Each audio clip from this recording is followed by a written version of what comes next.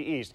But it's all about the Iron Bowl. Alabama and Auburn. The war of words is over in about 6 seconds. Time now to toss it down to Ron Franklin and Mike Gottfried for the kickoff. We'll see you at half. Auburn's Tigers. Alabama's Crimson Tide. From every corner of the state. From infants to great-grandfolks. From every walk of life. On this day, every man, every woman, every child of the state comes together for one common reason: to be divided. And that will be forever ingrained in the lore of this rivalry. It is in the air. It has shifted. It's good! It's good! It's good! It's good! It's good! It's good! It is over. Auburn has come from behind to beat arch rival Alabama. Auburn wins number 315. Alabama has beaten Auburn. But not be won the first quarter, man. This is the Auburn-Alabama game. It'll take 4 quarters. And it'll take you playing 4 quarters. I hope they play their best game. They play their best game. Because that's what we've been practicing for. You lay it on the line. Keep your composure. If something happens.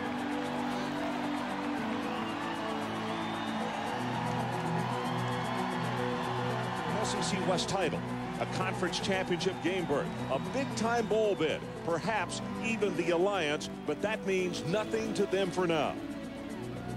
For 4-6 Alabama, one clear and simple mission is left to salvage this season: just beat Auburn. The 62nd edition of the Iron Bowl when we come back.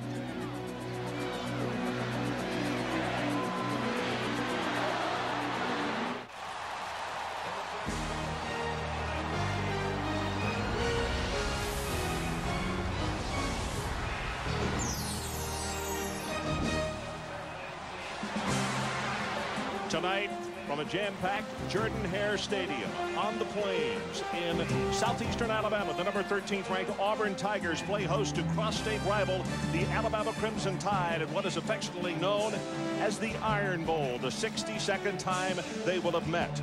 For the fans, they started arriving last Sunday so that they could conquer and possess their spot for tailgating for the entire week. The atmosphere, well, it's sheer bedlam, and it has been since on Thursday evening when folks started arriving in earnest. And what does it mean? Well, it means, just as the tease said, one of the things that is a constant.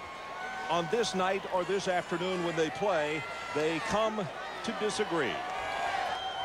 Hi, everybody. Ron Franklin. Welcome once again to Saturday primetime college football here on ESPN. As we like to say each and every year about this football game, every year on this date, the state of Alabama stands still for 3 hours because Auburn and Alabama are getting together. And why? Well, when you move to this state, or if you are born in this state, what happens is you have to declare. So you're either a Crimson Tide fan or you're an Auburn Tiger fan. Mike Gottfried joins me on the telecast as usual tonight. And Mike, when you look at this Auburn football team, Damian Craig, no quarterback in the top 25 is depended on more than he is. Almost 80% of the offense comes from him. And Ron, last week in the Georgia game, you're exactly right, but they got the ball to Fred Beasley and ran the football and took a lot of pressure off of Damian Craig. Now, we talked to Damian Craig the other day, and you talk about the importance of this football game. He said, my career will be measured by this game tonight. That's how important it is to him. Big thing for Alabama, though. Fernando Bryant at one corner, Deshae Townsend at the other. Both two of the best in the SEC are so banged up they may not be able to go. Is that where Auburn picks first tonight? I think you start by running the football, but you go after Bryant and Deshae Townsend. If they're hurt, they haven't practiced, you try them out early. As far as Alabama's offense is concerned, a young man by the name of Lance Tucker started only last week. He's going to be the starting quarterback tonight. Are you surprised at that? A little surprised because Freddie Kitchens has had success in this game, but Lance Tucker brings a new weapon, the running ability, the option.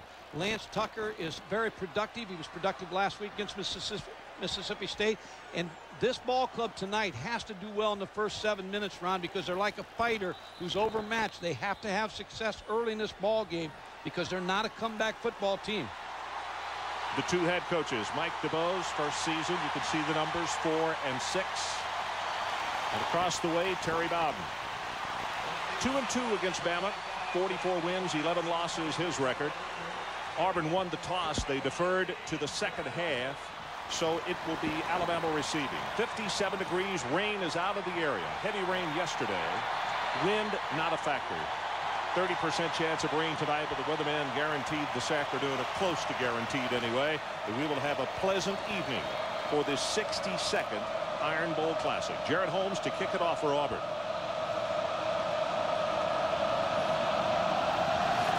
Richard and Bryant, the two deep men.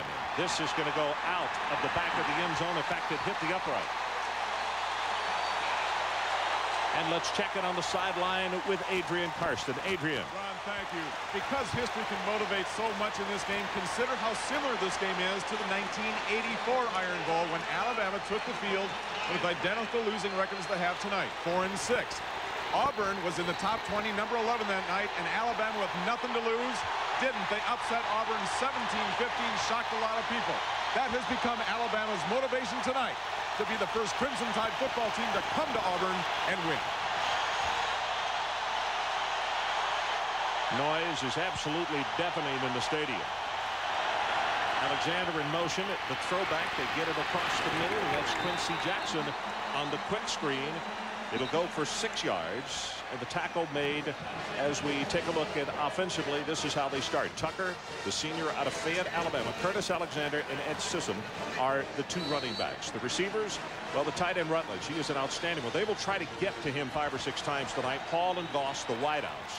And the offensive line incumbent upon these gentlemen, Samuels, Friend, Hogan, Meadows, and Ray, to do an outstanding job. Hogan has started every game, and he's only a freshman.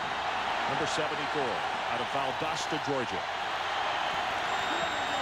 It's Goss in motion. Alexander spins off one tackle, but that will be it as Curtis is stopped by Jeff Dunlap and also Ricky Neal. Defensively for the Tigers, Dunlap, Dorsey, and Carson. Dunlap only a freshman. The linebackers very, very active. Reese, Neal, Spikes, and Taylor. And in the secondary, Nolan, Casher is starting. We're surprised. He didn't even work out on Thursday as an ankle injury.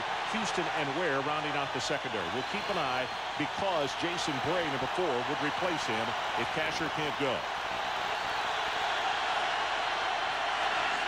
Quick pass, got it on the mark, good for the first down out at the 31-yard line to Goss, and Tucker proving why they chose him as the starter tonight. And he's a very active quarterback, Ron. He can run the football. He has good skills throwing the ball short. Now they need some big plays tonight because they're not a team. They haven't shown to be a team to take the ball the length of the field, 80, 85 yards for touchdowns. 2 for 29 yards for Tucker in the early going.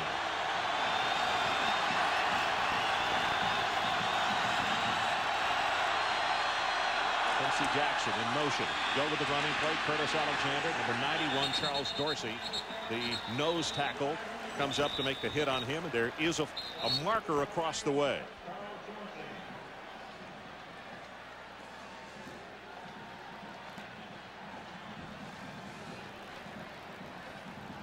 Astor Sizemore, the referee tonight. There's no flag. Ron, a lot of movement by Alabama. They're trying to confuse Auburn by motioning people, and I think what happened on that play, and the officials had to confer whether they had enough people on the line of scrimmage with the movement they had. So Astor Sizemore waves it off. It is second down. They need to take it to the 41-yard line. As you get a close look at Charles Dorsey, the junior out of Fort Lauderdale, Florida, playing at the nose guard position. Curtis Alexander tries to go left. There's nothing there. He maybe has a yard, and it's Dorsey again. Also number 6, Ryan Taylor, junior out of Dublin, Georgia, who plays the right side linebacking spot, coming over to make the double tackle. Ron, here's what I'm talking about, because Alabama wants to show a lot of movement to this Auburn defense. They moved the tight end over to the other side, then they motioned the wide receiver, again trying to confuse the secondary and keep the safeties out of the running game. Third down. As we mentioned, the line to make is the 41. Rutledge, the tight end, flips from the right side over to the left. In the shotgun, Tucker looks at a blitz, throws back, and overthrows his receiver. That was Dennis Riddle, who they had flexed out about 12 yards on the right, the running back, and it will be kicking time for the Crimson Tide. Daniel Pope, sophomore,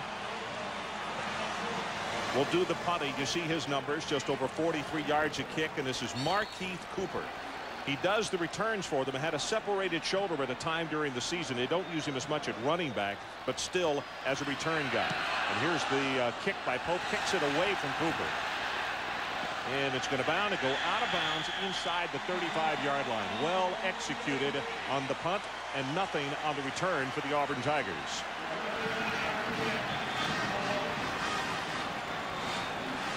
"31 yards on the kick." As we take a look at the starters, Damian Craig at quarterback. It'll have DeMontre Carter, the freshman who had such a great game last week against Georgia, and the steady one, senior Fred Beasley at fullback. The receivers, McLeod, the tight end, Karsten Bailey, big touchdown last week against Georgia, along with Ty Goodson. The offensive line, this is a good group. James probably grading as well as anybody up there. Riley at the other tackle, very good, and the two, Kendall Simmons and T.J. Dunnigan, along with Curry, getting the starts there in the middle. The running play, not one. Puts it on his hip in a play action. Has 5, has 10, pushed out of bounds after a gain of 14 yards. And here comes a flag. He hit him well out of bounds. Good for 17, and now hang by for another 15, and that's going to be Andre Short, who will make it a 32-yard play on the first snap from scrimmage. What makes this a good play is red ball, personal foul, late hit out of bounds on the defense at 15 yards. First down to run the fake. Damian Craig's going to do a great job of faking the ball on the sprint draw. Look at him look back at the running back, which is the key. Now you've got the hands in probably your best, the ball in the hands of the best running back. And then there's the late hit on Damian Craig. On Andrew Short, number 23, just hit him a little late. Eric Lowe, number 8, at the top of your screen as you look once again at Andre Short, the senior out of LaGrange, Georgia. Line of scrimmage is the 35 of Alabama. Counter trade. They go to the right side, and a loss on the play as DeMontre Carter hit by Steve Harris, number 43. Harris, a junior from Town Creek, was a linebacker, and they moved him to defensive end. Defensively for the Alabama Crimson Tide, Smith, Curley, Panks, Chris Hood, and he is another one that's had to work his way back. He's been injured. I don't know how long he can go tonight. Horn, Carroll, and Smith, the linebackers. And in the secondary, we mentioned Bryant and Townsend, both more than Nick. They are injured, but they're playing tonight because it's the Iron Bowl. Spencer and Sigler are the safeties. There's a good look right there at Fernando. He's got at least 3 injuries that he's playing with. Craig sets, throws long, got a man. Flag is down, too long for Karsten Bailey. Well, you asked earlier about whether they were going to try Deshae Townsend. Now, Deshae Townsend didn't practice much this week. He's got a hamstring. I was watching practice Thursday. He practiced very little Thursday. They're going to try him right off the bat here in the first quarter, Karsten Bailey, and they're going to get a pass interference on him.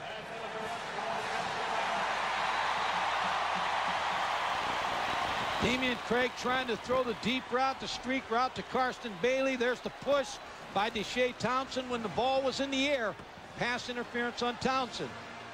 Again, Ron, both these corners are banged up. A hamstring by Deshae Townsend, a concussion by Fernando Bryant, a shoulder separation. That drive started at the 33. The first run was 17. Then add on a 15-yard penalty. Now another penalty against Alabama, and 2/3 of this drive already, as the ball sitting at the 15, has been made up of penalties against the Crimson Tide. I don't think Auburn needs any help. No, you can't make those mistakes. I said earlier that I think in this ball game, when you're playing in a rivalry football game, you're 4-6, and you're doubting yourself a little bit. You need success early in this ball game. The first 7 minutes critical. If Auburn punches this one in, look out. So they actually push the ball back to the 22-yard line. That is the starting point for the Auburn Tigers as we're about to go under 10 minutes to play in this opening quarter. And now more discussions about where the ball should be placed. I think it runs a 25-second clock. It was down to 6 seconds when they broke the huddle. There's a timeout. Timeout charge to the team for illegal equipment. Well, illegal equipment. They might have, again, not covering the knee with the knee pad. Sometimes receivers will do that. And I believe they're charging to a timeout. Everybody's looking down at their knees. We're told that it is Ty Goodson, number 83, that did not have his trousers pulled down far enough below his knees. So while there's a timeout, we'll take it with him. Timeout on the field, no score. 10:51 to play opening quarter.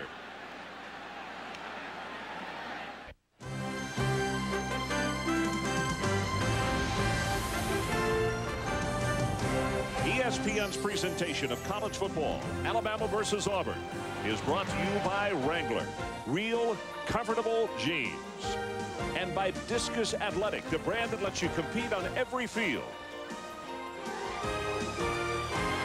Ron Franklin, Mike Gottfried, and Adrian Karsten back in Auburn, Alabama. The 62nd meeting between these two football teams. And the Auburn Tigers setting up for the first down of the ball just outside the 22-yard line.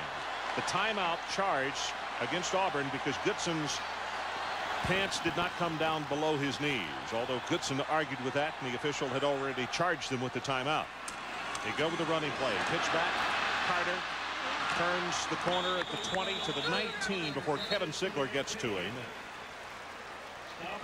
Ron, here was the last play. Fernando Bryant, number 25, the corner. He's going to point out to the official about Tyrone Goodson. Now, the official catches Tyrone Goodson. Look at him. He just tries to get it down as quick as he can. A little bit too slow, and he got the penalty. Now he's arguing his case. So Fernando became an official for a play. Well, probably what Goodson is saying is, hey, I got bad legs. You can't tell where my knees are anyway. Oh, my. Didn't Tommy, before he left to go to Tulane, didn't he call him Bones? Wasn't that his nickname? I think so. Beasley. Airborne down to around the 15-yard line. Steve Stanley comes up to make the hit on him.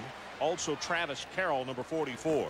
Same type of game plan that they opened the game against Georgia last week. Damian Craig on the first play running the football. You look at the first nine games, what they did run the football last week took a lot of pressure off Damian Craig with the 159 yards rushing. 9 minutes and 37 seconds left to play opening quarter. Alabama had the football, picked up one first down, then had to kick it away down to the 33.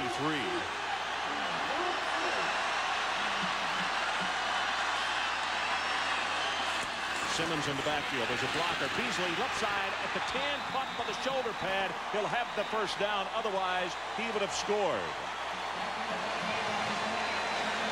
Ron, this all started after the Mississippi State game. Fred Beasley was talking to Rodney Allison, the offensive coordinator. Fred Beasley was standing in the door when they were having their offensive meeting, and he had a sad look on his face, and they asked him what was wrong, and he said, I carried the ball 4 times for 6 yards. He said, I can help us win if we can run the football and commit to it. And they decided with the open date to go back to the running game. Fred Beasley has become a big part of that run game. There you see the numbers on the season inside the 20. 23 touchdowns and 8 field goals. Carter hit in the backfield, and I mean, he is assaulted by Kenny Smith. Wow, what a hit. Well, Kenny Smith was not blocked or came off a block late and leveled the 5'11", 174-pound freshman. Just came off a block. Kenny Smith, 290-pound freshman. A lot of freshmen playing for Alabama. Well, as many as 6 in their lineup at one time defensively. DeMontre Carter giving up 120 pounds on that exchange, and I'm sure he's feeling like, I hope we don't have that scenario again.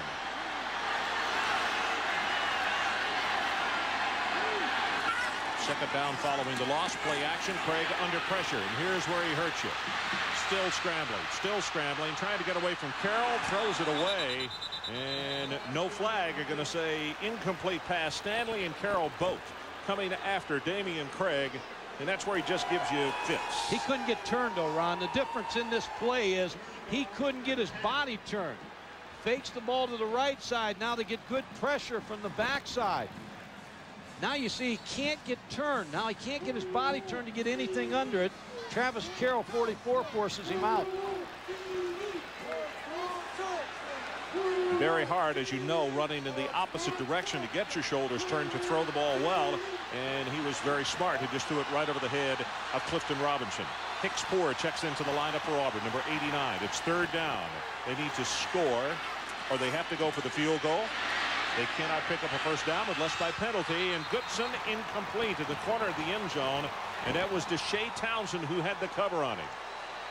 Little smash route on the corner on the side. Hicks Poor stays in the flat. Tyrone Goodson working against Deshae Townsend's going to run a corner route. Deshae Townsend, who didn't practice much, look at, he makes up the speed, gets his left arm up there, deflects the football. He just read his eyes real nicely. Didn't make the move until the ball got there, so it's a 27-yard attempt from that right hash mark as Auburn tries to go on top. Holmes is ready. Good pass, and his kick is good. So let's take a timeout. 7 minutes. Clock is still running for some reason, and now they stop it. Timeout on the field. 7:54 left in this opening quarter. It is Auburn 3 and Alabama nothing. 3-0. Auburn goes on top following that field goal of 27 yards by Holmes, and now he will kick it off to either Bryant or Richard. Ron, this is big. Every time he kicks the ball in the end zone, in Alabama has to start at the 20-yard line. The last drive, as you mentioned, 31 yards on penalties. 26 rushing. Good job, actually. A kind of a moral victory for the Crimson Tide defense to keep them out of the end zone. And he has done it again. Holmes sends this one, well, 9-10 yards deep, and Fernando Bryant can do nothing about that one. Jared Holmes is worth his weight in gold by doing that, kicking in the end zone and making Alabama go distance. Freddie Kitchens, last year one of the combatants who led Alabama to victory. You see his numbers, 51%, 596 career against Auburn, 4 touchdowns, 3 interceptions. And I look for him, Ron, if they get behind by a number of points, that you'll see Freddie Kitchens, because he throws the ball better downfield.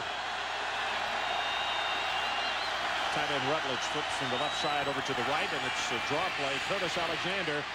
Dunlop got blocked off the play, but then it's going to be Reese coming over to make the tackle. Quentin, a sophomore out of right up the road in Birmingham. Dunlap was in position to make the tackle, and he got picked off, and Reese was right behind him to make the stop, so it's going to be very short yardage.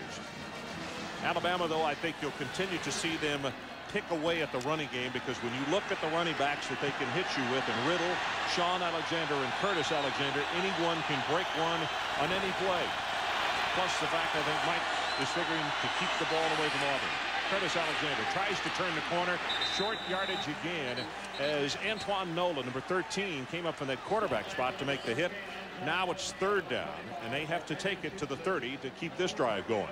Again, a lot of movement by Alabama to try to confuse and to try to get somebody to make the mistake in run support. But so far, Auburn has adapted defensively to what they've been shown by Alabama's movement. Bruce Arians said when we visited with him, he said, let's be real honest. We need a big play. We need to maybe even get a cheap one to get out in front of this ball game. And Auburn doesn't give up many big plays. Tucker with the give to Alexander. Flag is down. He is just destroyed at the line of scrimmage by Charles Dorsey. Now, this is against Auburn. It's going to give the Crimson Tide their second first down of this ball game. There was a dead ball, illegal motion on the offensive line. It was motion, no, and that's the reason for the movement by Auburn as well. Mike DuBose knows his ball club, and visiting with him on Thursday, watching practice at Alabama, know they can't make mistakes in this football game here at Auburn tonight.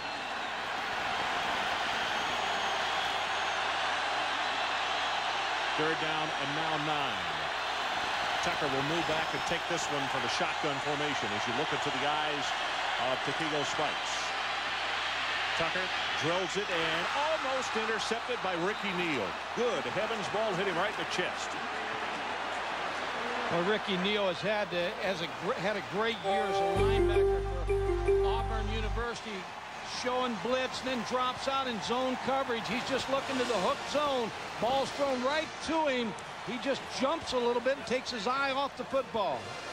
Liberal arts major out of Daytona. First kick was 31 yards. Now, he did kick it out of bounds to keep the return away from Marquise Cooper. Auburn's got the return on, and I'll tell you, the safety valve man almost got to that thing. Cooper lets it bounce. Now going to pick it up, and he pays the price as he gets his head knocked right out of bounds. So there's a timeout. Let's take it with him. 5:49 left, opening quarter. Auburn 3, Alabama nothing.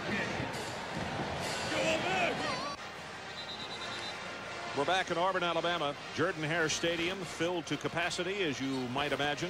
3-0. Auburn has gone on front with a 27-yard field goal, and a couple of situations that Bama has kind of dodged it so far. That interception that could have been dropped by Neal. And then the Tigers having to go for the field goal rather than the touchdown with a first and goal. That came off a defensive play. Great one by Kenny Smith. Here's a pass. Goodson. Antoine Hunter will come up and make the tackle on him, trying to pull the ball away at the 46-yard line. It's good for 9. Now, we talked about Deshae Townsend being hurt. Now all of a sudden they bring in Antoine Hunter at the corner, and you see the cushion that he's given Tyrone Goodson. So I would expect that Damian Craig and the offensive staff are going to try out Antoine Hunter a whole bunch here in this first half. Well, the notes on him is junior college transfer. They say he is a good cover guy, still learning as far as run support. Yeah, he played in junior college, Georgia Military, and then signed to Clemson. Clemson wouldn't take his D's, and the Clemson coaches called Alabama, and they decided to take him here. Ball is loose as the play is dead as it was picked up. Travis Carroll is the man who made the hit. I think it'll be interesting, Ron, and watching how Auburn tries to attack him. You always want to know when Alabama has two great corners, and Fernando Bryant, Deshae Townsend, everybody knows that they've been playing very well, but everybody knows they're hurt. And now all of a sudden you get Antoine Hunter in there. He hasn't played much this year, a junior college guy, and you just go try him out, see what he can do.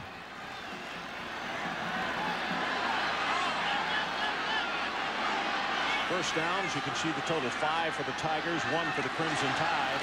And on that play, Kenny Smith jumped offside to get a free one, so he's going to take it downtown, and Karsten Daly is double covered. And what you do if you're Alabama, you try to help Antoine Hunter with safety over the top, Kelvin Ziegler.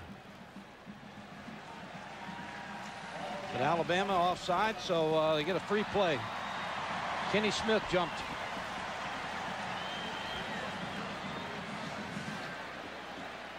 Jordan-Hare Stadium in Auburn, Alabama. Ron Franklin, Mike Gottfried, and Adrian Karsten coming to you.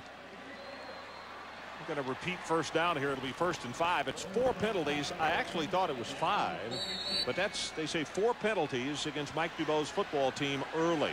And on the last drive, certainly it helped tremendously. But that time, Kenny Smith on the right side just got a little too anxious and jumped offside. Well, he can do a lot of things on 1st and 5. See the blitz coming in the middle. That was Carroll. They picked him up. Craig in trouble, and he is going to be sacked. And it's 43 Steve Harris, and we talked about him. They've made a defensive end out of him, but he was a high school linebacker. That's how they recruited him. So he has speed. And good pressure again by Alabama on the 1st and 5, figuring that Auburn might try something. They're throwing the football. Steve Harris just with good pressure, not picked up by the Auburn line, and a good sack. Pat on the head by his teammates for Harris. That's a loss of 11, so it's going to be a 2nd down and a very long way for the Auburn Tigers. In fact, about 15, 16 yards to pick it up as the offensive line converses on the sideline where they get a little bit of a breather. Friend and Meadows and company. I don't think they got that one off. They didn't. 5 more yards going to be marked off against the Tigers. Now, one of the things in this ball game that they really try to guard against. Delay a game on the offense. It'll be 5-yard penalty. Still 2nd down. Is somebody else picking up signals. So they've got at least one dummy, if not two dummy signals going on. And Terry talked about this at practice on Thursday, that he wanted to make sure that although you got three different guys doing it, that it doesn't slow down the process. And you don't mean those are dummies giving the signals. You mean they're dummy signals. But as you look at Auburn, they know each other so well. They watch all their tapes. They watch their games. Coaches know each other. They got to change a lot of signals for this game. Quarterback draw by Craig. 5, 7, 8. And he is out of bounds about a yard shy of the first down. Marcus Spencer. I'm sorry, that's the first stake he is just short of. You remember they had the 11-yard loss.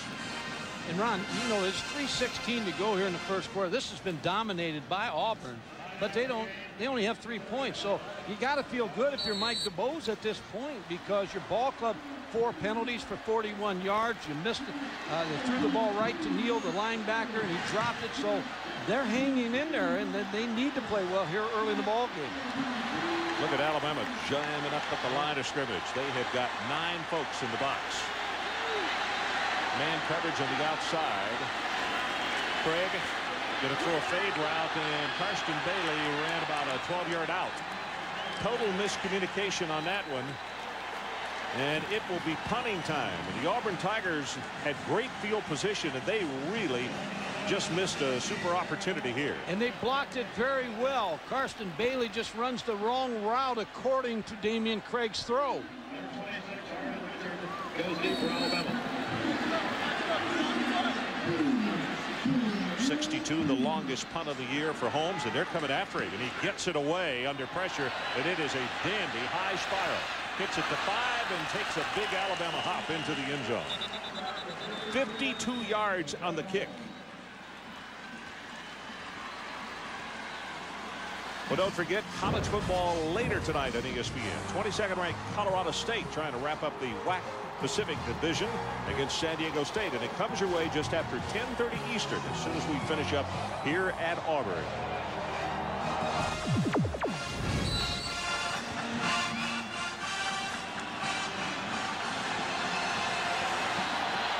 Starting again on the 20-yard line. The kicking game has pushed them back again. Lance Tucker continues to go the way at quarterback for the Crimson Tide. Little play action this time. Gets it out to his tight end, Rutledge, and he caught it and then dropped the ball as he hit the ground. They're going to say it's a completion for 4 as Taylor made the hit. And that was one of the things that Alabama talked about. They really want to get Rutledge involved in this offense at least 5 or 6 times tonight. Yeah, and Bruce Arians talked to us the other day. He said, I would hope that he'd have had 40 catches by now. That's not the case. As you said, they would like to get him 5. He's had 15 receptions this year, and Mike, he's not going to get 16 either. They just took it away from him. They say actually he did not have possession. And the Bama side of the field, as you might imagine, in very harsh disagreement. Mike DuBose thinking we got to get a break sometime in this ball game.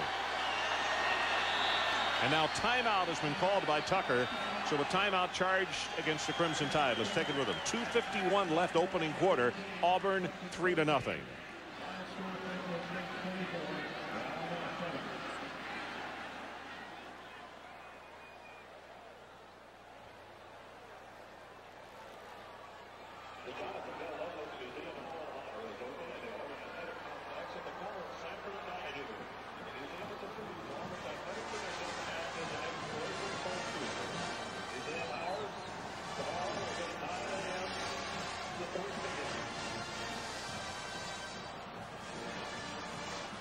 So we're back here at Auburn at 2 minutes and 51 seconds showing on the clock that we have left to play in this opening quarter.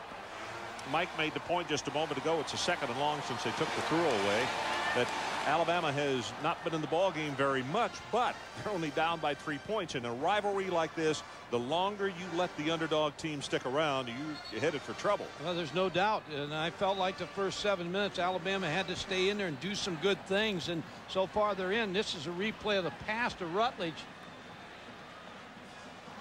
You know, I don't know how long they want him to have it for, but it did come out. He's got a better look than we had. Yeah, he really does, because with the big body, it was hard to see if he was juggling the ball or twirling it or whatever. And I have a feeling that's what the official was calling. He was right on it. So anyway, incomplete pass Second down and 10 yards to go.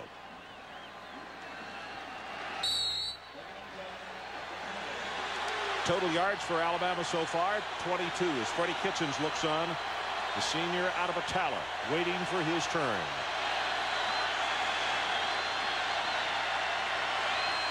It's Riddle in motion, top of your screen, and they reverse out Tucker. The longer he runs, the worse the situation, and it's almost intercepted. I think he should have tried to throw that one away. Jason Bray, closest man to it. Ill-advised to make that throw, and again, Auburn had another chance to maybe intercept Lance Tucker. But when you run this type of play, Ron, when you come off the corners, the quarterback, Lance Tucker, he fakes, he comes off, he's looking for his tight end short first. He's not there. Then you run the football. You're throwing across your body. Here's the tight end. He's covered. Here's Calvin Hall. He's covered. And then you almost throw the interception. Big mistake. 2 of 6 for Tucker for 9 yards. He has missed his last 4. From the shotgun. You see the twist up front with the defensive line, and that ball well off the mark. It could have been picked off. Taylor, for Auburn, the closest man to it. They'll have to punt again.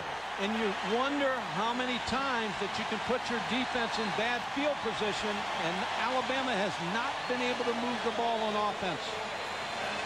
And they're going to get the ball again with relatively good field position. Playing with fire with Damian Craig. You just don't want to give him that ball that many times around the 40-45-yard line. Cooper, the deep man, waiting for this kick by Pope, and they came after it, and it's his best kick. Spiles not going to turn over, but Cooper all the way back at the 38. Got a little running room out to the 45, now the 46.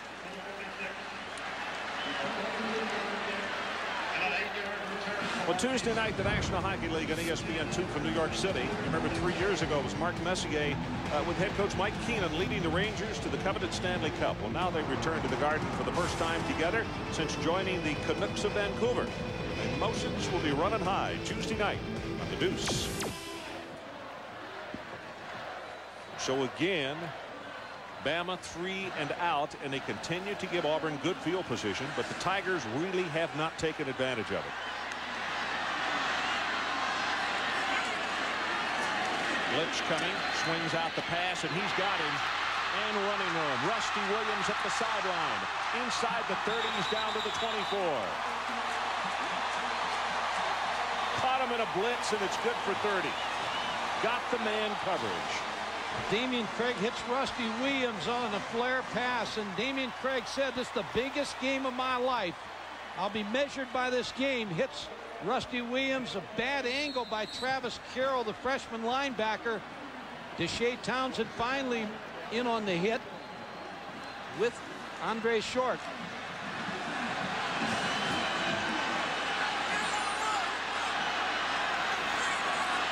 Craig now with an audible with the first down at the 24. His team on top, 3-0. Just under 2 minutes to play first quarter. Pitches it back to Carter, and he's going to be stopped right in his tracks by Chris Hood at the line of scrimmage. Hood, another one who has been injured and has been out, and they said they would just use him as long as they could tonight. And he's continuing to go. Made an outstanding play there. Yeah, he's 90%, the coaches said, and he said they expect him to play half of the snaps. And Chris Hood said, even though 90%, I still think I can catch Damian Craig in a foot race. So I don't know about that. Like I said, a blitz on that completed pass a moment ago, but actually the linebackers faked it and came off of it. It was almost like the half step in was enough to be a half step behind. That's Williams in motion. Craig gets his pass complete to Bailey, I think. Beasley, I should say. Caught it, and he got whacked by Stanley and Carroll. That was a good catch by Fred Beasley. He stayed right with it. Talk about the importance of the game. Damian Craig said he'll be measured by this. Fred Beasley said, I can't make this game up. I'm a senior. It's my last shot at him. And Damian Craig again throwing off balance, Ron. Hits Fred Beasley to get him at least in 3rd and short. Clock running. 35, now 34. 1 of 3 on 3rd down conversions tonight for the Tigers. Bama shows blitz. Here they come. Right at the middle. Untouched. Ball is knocked away. Bailey had it, and then Deshae Townsend knocked it away from him. Townsend, as we mentioned, playing with an injured hamstring.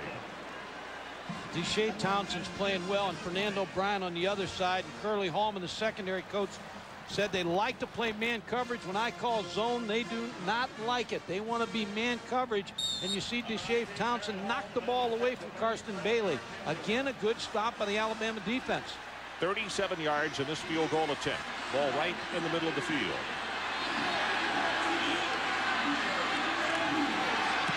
Good pass, plenty of distance, and he's got it. Jared Holmes, 27 yards, and now 37 yards. And with 16 seconds left in the opening quarter, Auburn now on top 6-0. The most valuable player in the first quarter, Jared Holmes, because he's kicked him in the hole and he's made the 2 field goals. He's punted him into the 20-yard line. So Jared Holmes has made and been a big factor in this football game. Check down on the sideline with Adrian Karsten. Adrian? Ron, I've been keeping my eye on Deshae Townsend, as you and Coach have been talking about him. A sigh of relief by the Auburn coaching staff because, yes, he had the hamstring injury. He did not practice much this week, but right up in about 5 minutes prior to kickoff, they were doing contrast whirlpool with him on that the back of his leg. The contrast hot and cold water actually loosened that up. Now, he's done a very, very good job in coverage here. On a couple of different series. There has been some rotation, but he's going to keep going here, and because the coverage has been so good, they're really confident now that he's going to play the rest of this game. And I talked to the Alabama training staff the other day, and they said that they did not know how he would go in this ball game, but they did say it's his last go-around, and he's going to make every effort to play in this football game. Well, you know, it's interesting. You look at Bryant on the other side. He's a junior. Bryant playing with a chronic separated shoulder and a broken bone in his hand. So I think it says a lot about how important the Iron Bowl is in the state of Alabama. Walking wounded, prepare for this game, and Alabama's played well on defense. Line drive. This one's not going to be out of the back of the end zone. Picked out by one of the up-backs at the 20. 30 and now 35, and a nice return. This is going to be the best field position that Alabama would have started with. As Sism, the fullback, picked it up and took it right up the middle. Well, we talked about Jared Holmes, and he may be tired, but now Alabama has a first shot here in this ball game with good field position.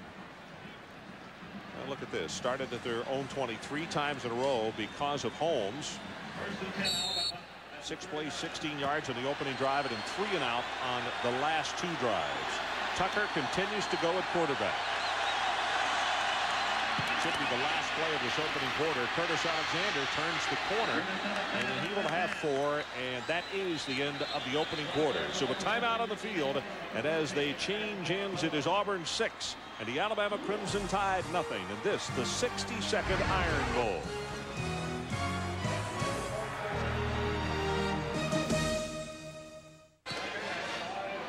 Well, the Crimson Tide bench, there are some smiles over there, although they're down by 6 points. Total yards in the first quarter, Alabama 27, Auburn 70. But the Tigers could only garner 2 field goals, 27 and 37 yards. Curtis Alexander, right side, is whacked down hard. Ricky Neal, one of the men there, number 50. Also down at the bottom of the stack. We got a lot of good linebackers. That's Martavius Houston, the safety. And when you get those safeties up there so tight, again, Martavius Houston, we watched him against Georgia. He made tackle after tackle in that Georgia game on the running game of Jim Donnan, and he's doing the same thing tonight to Alabama. 3rd down, line to make, the 49.5-yard line. They've made 1 out of 4 conversions tonight. Right up the middle, it is Alexander, breaks it, has 5, has 10, and he's off. Going to be pushed out of bounds inside the 30-yard line by Rob Pate, and that is what Alabama can do. When you talk about they've lost weapons on offense, they've got 3 outstanding tailbacks who can break it in one play. Well, Curtis Alexander is the team's leading rusher, 6 touchdowns this year, and you see the little move in the hole and the missed tackle, then breaks out the good block by Chad Goss. Rob Pate finally knocks him out of bounds. But you're right, that's the strength of this football team, the tight end and the running backs. Mike, and a great read. He started it in the middle and all of a sudden made the cut to the outside, and that's where daylight was. Longest play of the day, 23 yards by Alabama. Blockers in front. Curtis Alexander to the other side. And Auburn says, well, let's don't get greedy. That's good for 2 as Antoine Nolan puts the stop on him. Let's go to Carl Ravage. Carl? All right, Ron, plenty of scoring in Clemson and South Carolina game. It was 14-13 South Carolina at the half. You see it's 26-14, and Clemson adds to it. Antoine Edwards, 43-yard touchdown. They have run off 20 straight in a hurry, Ron. Big turnaround when you're driving and about to score and give up the easy pick. And that's a bowl game that they're playing for there. 6-0 our score. About to go into 13 minutes left in this opening half. Tucker, play fakes. Heavy pressure, and he just throws this one away. Section 314. Well, and now here comes a flag in, and Tucker is chasing the referee to say, whoa, wait a minute, there was somebody out there. Ron, I think this is a good call. Now, unless they call it off here. I mean, he just heaved that ball out of bounds. Have intentional grounding on the offense. A 5-yard penalty. Loss of down. The tough part about it is the loss of down. Lance Tucker avoiding the sack, but just was a little bit too obvious on this one. He's throwing this one to Adrian. Jeff Dunlap, number 76, pressuring him. All coaches tell quarterbacks, so put it up there in the press box. At least you'd like to have a guy around there. He almost did. That's one of the longest throwaways I've ever seen. He showed the strength of his arm. Well, I'll tell you, that would have won the discus in the last NCAAs.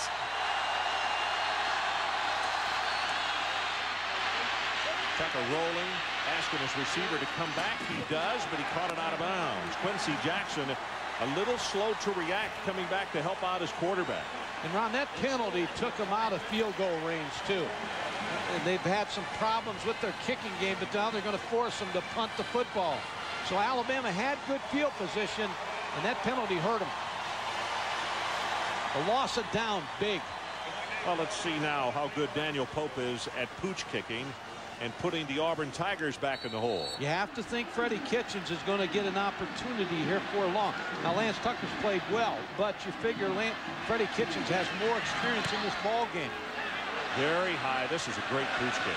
Cooper calls for the fair catch and makes it inside the 15. In fact, they're going to spot that down at the 12. So timeout on the field. We'll take it with them. 13:04 until halftime. It's Auburn at 6-0.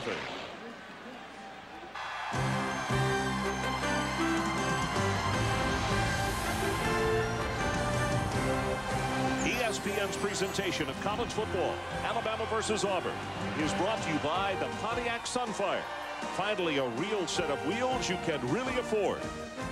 And by Sonic, America's Drive-In, where we invite you to drive in for a change. Now, Freddie Kitchens warming up on the sideline, and I would assume that on their next possession, it will be the senior from Atala who would be coming in. Yeah, you're looking for a spark, and I just figure he's going to be in the ball game. He's had good experience in this game the last 2 years. Worst starting field position for Auburn tonight.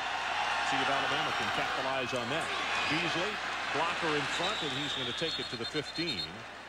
Kenny Smith, who has been involved greatly in this ball game in the early going, comes over to make the tackle, and Kenny is only a freshman. Big fella from Meridian, Mississippi. Ron, I thought Fred Beasley was funny the other day when we talked to him. He said he chose Auburn over Alabama because he was afraid of the big city over there in Tuscaloosa, and he said that he didn't see any cows over there. And I know he's going to be a pro prospect, but I don't know where he goes to play where he can find cows.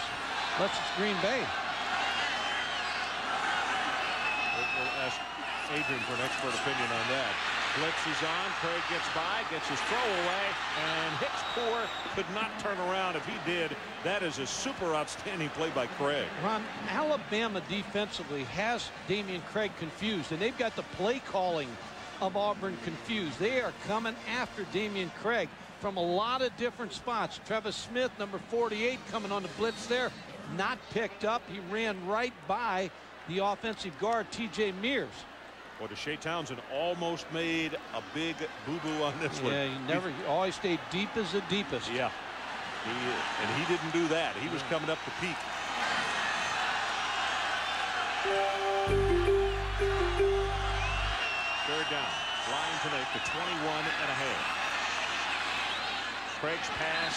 missed that one as Karsten Bailey was the closest man to it.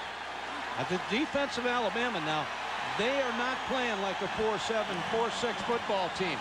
They are playing lights out against Damian Craig. They have the receivers, Tyrone Goodson, Karsten Bailey, Hicks Poor. They are blanketing those wide receivers. There's nothing open. That's the first time tonight that Auburn has been 3 and out. But we also mentioned their worst field position, so a tad more conservative with their play call. Marvin Richard on the run, all the way back to the 30, 35, to the 40. And again, Alabama's going to have pretty decent field position as Haven Fields makes the stop after a 49-yard kick. And it's going to be Freddie Kitchens coming into the ball game. You remember, if you were with us last year in Birmingham, it was Kitchens who engineered the final drive. They were dynamite. 17 points early going, and then they just went cold. But they scored in that final drive, a drive of just over 70 yards. Lance Tucker on the sideline, you see his numbers, talking with his head coach. Missed his last 7 attempts. But it was Kitchens who engineered it last year. Goss in motion. Pitch. Curtis says he's not going to take it outside. Alexander will take it for a couple. And then the stop is made. But we're talking about last year. Let's take a look. Remember this? Kitchens throwing the swing pass to Dennis Riddle in the closing moments, and he capped a 74-yard drive. Now watch him cut back into the middle, and the linebacker spikes it. Boy, we just overran it. He hadn't done that all year, and he takes it in. And ironically, this year, neither Freddie or Dennis Riddle are starting in this ball game. Now, Dennis is good back. The more he runs the football, the better he gets. Octavius Houston creeping up. You see him at the top of your screen from that safety position. One deep safety in that backfield, the running play. Quentin Reese is right there just to mess up everything. Also Dorsey and Dunlap. What Freddie Kitchens gives you that maybe Lance Tucker doesn't. Lance Tucker very productive in the last ball game versus Mississippi State. But Freddie Kitchens throws the ball a little bit better down the field. Now, he's been in the big ball game. He led the drive, as you talked about it last year. So it's going to be interesting how Freddie Kitchens plays in this game tonight. 3rd down. And Kitchens needs to take it to the 49-yard line of Auburn to keep the drive going.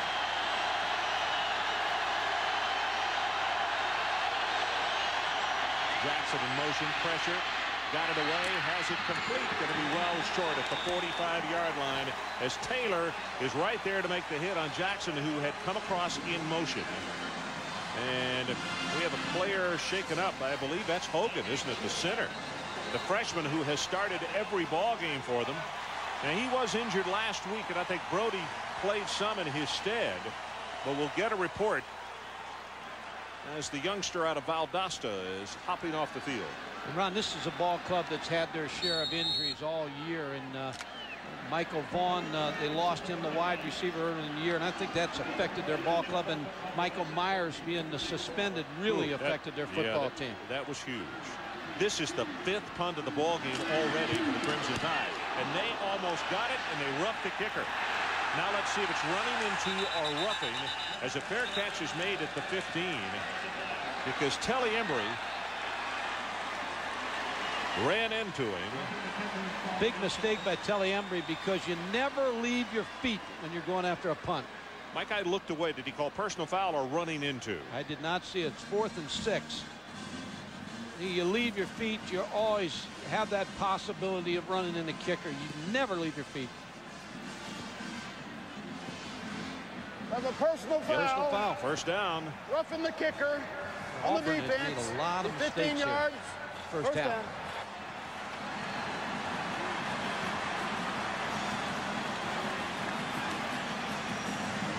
So special teams head back to the sidelines, and the offense comes back on.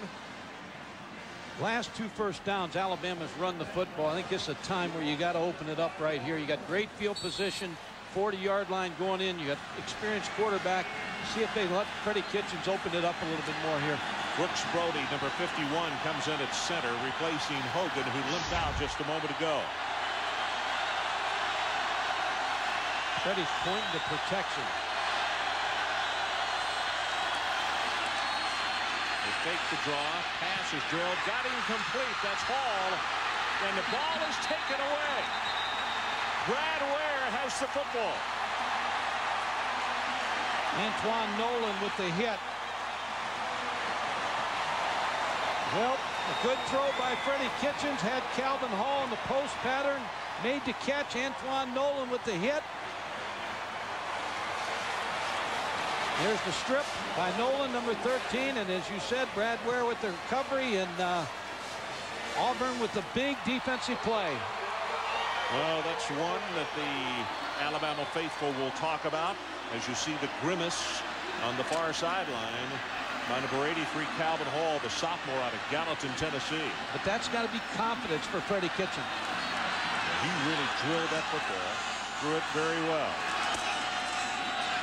Here's the pitch to Carter. Nice job by Hood to string it out. And then the freshman's going to wind up getting back to the line of scrimmage and maybe picking up one, which is a lot unto itself with all the folks he had around him. Fernando Bryant and Travis Carroll defensively. You know, when we were talking to the Auburn coaches the other day, they were talking about every game gets a name, you know, the drive, whatever. And today and tonight, somebody's going to make a big play in this ball game. And as we talked to Damian Craig, as his memories, he remembered Lawyer Tillman on the reverse. He said he's from Mobile. And people just remember plays and players in this ball game. And so it's a chance to be big in a big ball game. Carter tries the left side, and a nice job as he's tripped up by Curley. Eric, a senior out of Birmingham, number 99. One of my most vivid memories I named was a game right here at Auburn, the LSU game. The fire game when the old gymnasium burned up about 100 feet across the street. It looked like the southeast corner of the stadium was going up in fire. Big third down for this Alabama defense. They have played their hearts out in this first half. Auburn 13 attempts at rushing for a total of 32 yards. They need to take it out to the 28 to keep this one alive. And he didn't get it away, and the ball had been lobbed through. Now the defensive back gave up on it, Sigler, since the play was dead, but Hicks Poor did have a step on him. On the offense. Well, they didn't stop hitting the quarterback. Clint Wagner came in and tackled Damian Craig. Whistle blows, but of course when you're going full speed you can't hear it. Clint Wagner with a hit.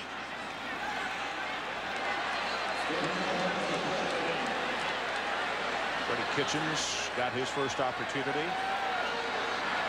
And in fact, had him going inside the 20-yard line, and then a big oops is the ball was fumbled. Third down.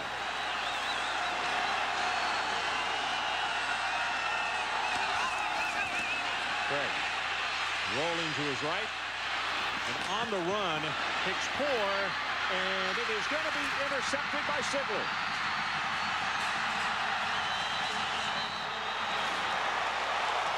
What a great effort by Chris Hood, first of all. Number 34 to chase Damian Craig. And a great play by Kelvin Sigler, number 20. Now here's the pressure by Chris Hood. He just jumped off the ball. Looks like he's fresh from the time that he has had to rest. He forces Damian Craig outside, throwing on the run, which he saw he's so good at. He lobs the ball up, and Kelvin Sigler with the interception. Alabama with good field position again. Around 7:47 left. Hicks Poor did not react quite quickly enough, or he could have had that defensive back on his hip, but he didn't get him there. He didn't. And Sigler did the perfect job making the intercept.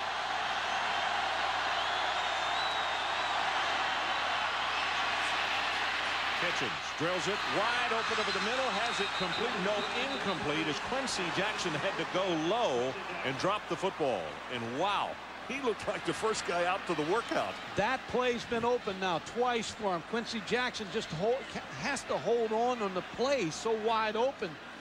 Freddie Kitchens with a low throw, but Quincy Jackson has to make that catch. Getting their chances as Mike DeBoe's talking to Lance Tucker on the sideline. They got some things open. That probably is one of the things that Tucker does a lot better. 15 yards and further. He puts air under the ball. Freddie throws it very hard and low trajectory. Freddie has a gun.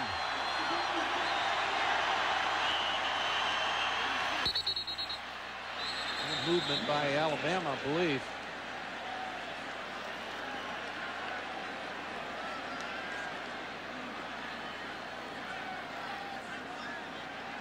The dead ball had illegal movement on the offense prior to the snap. The 5-yard penalty. Repeat second down. You know, Ron, with Freddie Kitchens entering the football game now, I'm sure Bill Oliver, one of the thoughts he has now is to show different defenses, but also to come after Freddie Kitchens because he's not much of a running threat. So you get a quarterback back there now that's more of a drop-back quarterback. You come after him a little bit more than you would Lance Tucker. Second down, and they need to take it to the Auburn 41 to pick up the first. 6-0. Auburn leads. Under 8 minutes to play. First half.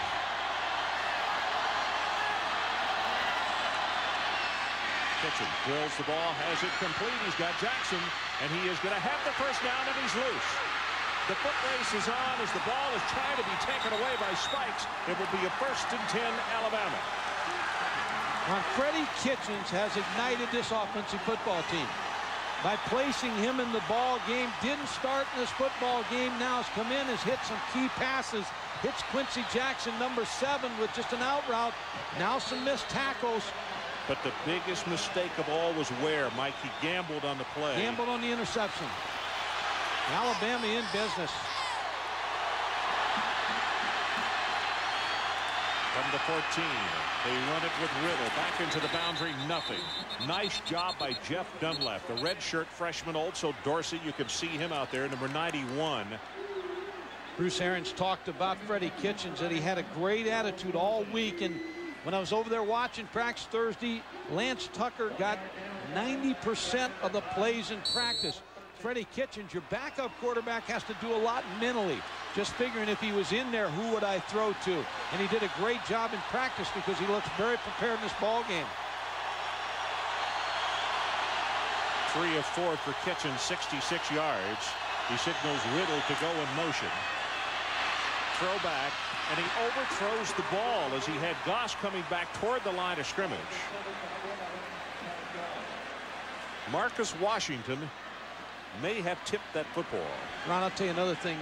As you look at this ball game, how it's developing, Alabama, again, with a lot of different formations, I think is slowing down Auburn a little bit of some of the things they want to do. Marcus Washington, 82, as you said, with just a little tip of that football. Third down. They need the 4.5-yard line. They trail 6-0.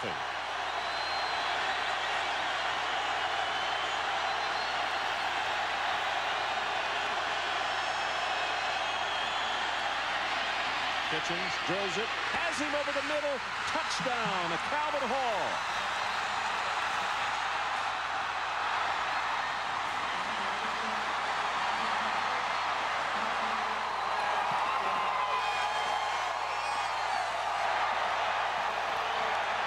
So Calvin Hall makes up for a miscue a moment ago when he fumbled the football.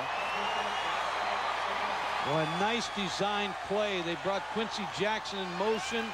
He was dragging across the middle. He took out the linebackers. This is Kent with the extra point attempt as they have changed kickers again this week. And it is very high, not real long, but it served the purpose. Time out on the field. Alabama with the lead, 7-6. Alabama goes on top, 7-6. And for the 3rd straight year now, Burger King has recognized outstanding student athletes through the $1 million Burger King College Football Scholarship Program. Tonight's Burger King students of the game are from Alabama junior defensive back Warren Faust, a public relations major with a 3.65 grade point average. And from Auburn, defensive end Shannon Suttle, a senior majoring in radio, TV, and film with a 3.25 GPA. We need to explain to you that Cunningham, who started the year as a kicker, not here tonight. They didn't bring him. Dismukes, who kicked last week, didn't bring him either. You saw Diaz kick the extra point a moment ago. And kicking off right now, rather, this is Diaz, and Chris Kemp is now the extra point and short field goal kicker. So, Mike, DeBose is looking for any answer with the kicking game. Diaz is a left footer. Hits one of the upbacks, picked up at the 25, and that is McLeod, one of the tight ends, and he will be tackled just short of the 30. All falls on Damian Craig now, Ron. He needs to get something going. We'll take a look at this touchdown by Alabama. Good design play. The motion man, what you're going to see is both wide receivers cross. Here's the crossing routes now right here, which opens up the middle of the field for Calvin Hall in the touchdown. As we mentioned, an error by Calvin, a fumble inside the 15 just a while ago, but he makes amends for that as he comes back and catches a touchdown pass. And the underdog Alabama Crimson Tide to forge on top at the 6:13 mark in this first half. Pass, swings it out, hits Poor, hit in the open field and tackled after a gain of 5 by Sigler, who had the interception a moment ago. And let's check in with Adrian Karsten. Ron, it was easy for me to see in pregame. The justification is something the coaches told us earlier in conference this week, that less is better. Really, less is more as far as the defense is concerned. They've simplified things because you got to remember they brought 20 athletes along in this trip who came to Alabama not on scholarship in the first place. Keeping things simple so they don't have to do too much up front has actually helped them in this first half defensively. Good point. Second down, about 4.5. You see we're about to hit the 5.5-minute mark. Look in pass. It is tipped at the line of scrimmage and almost picked off. Travis Smith got his hands on it, and you can see Damian grimacing because he knows he did not throw that pass well. And the other thing that's happened in this ball game, because of the way Alabama's playing on defense, they have got Auburn out of the running mode. They know now they've got Auburn throwing the football, so they can design their defense a little bit differently. Yeah, Curley goes to the sideline. Also, Hood goes to the sideline.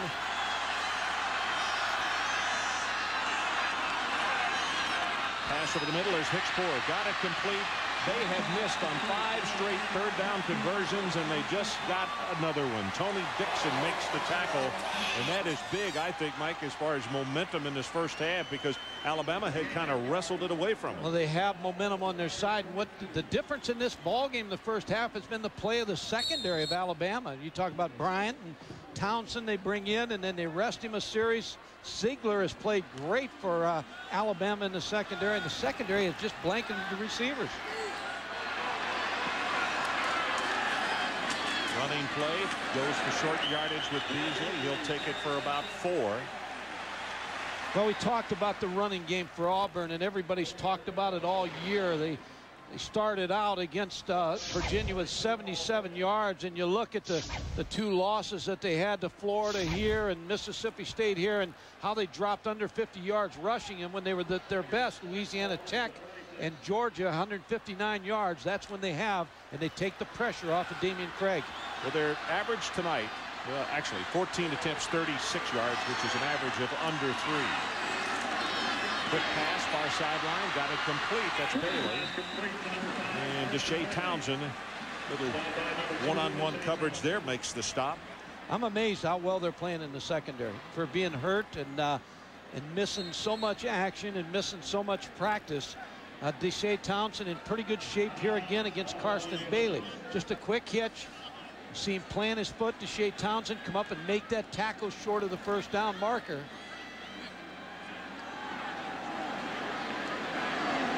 They're going to bring the chains in just to check it out to see just how short he is, if in fact he is short. Yep, and he missed it just by about, what, 2 links on that chain. Well, you can't be any happier than Mike DeBose has to feel right now, because his ball club 4-6 and not a lot to play for. Adrian Karsten said they're playing to be the first team to win here at Auburn, and that's their motivation in this game. This is a formation coming up, Mike, that Auburn likes to use in short yardage. You'll see a number 73, Kendall Simmons, will line up in the backfield. He actually is a reserve guard, and they use him as a fullback type. There he is, right behind Damian Craig. He's 321.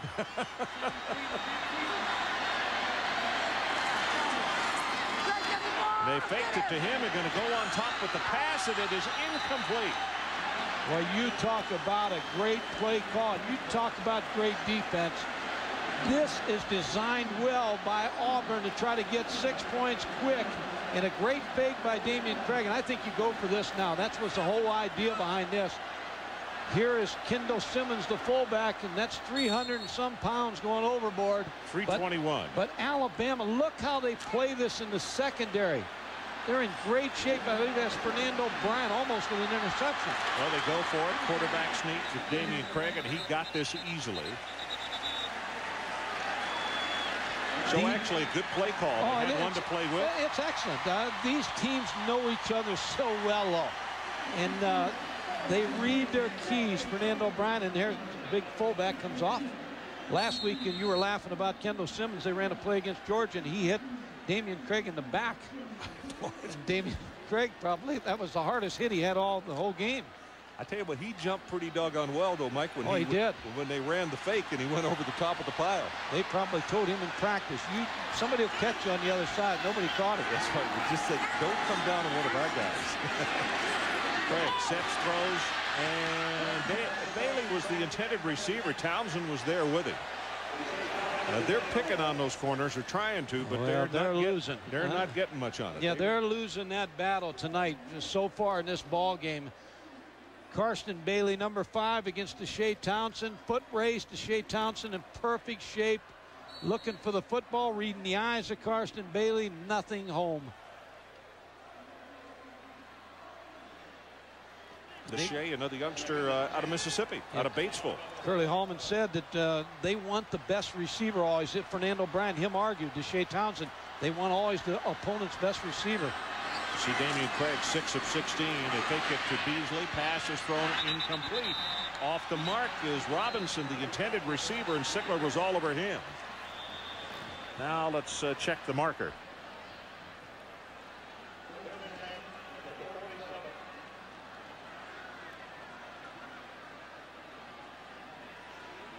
Ineligible receiver downfield.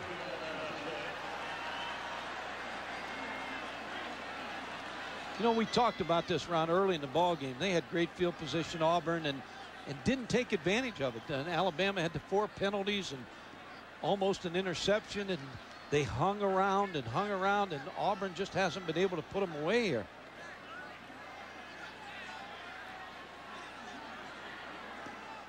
Ineligible receiver, downfield on the offense, be a 5-yard penalty.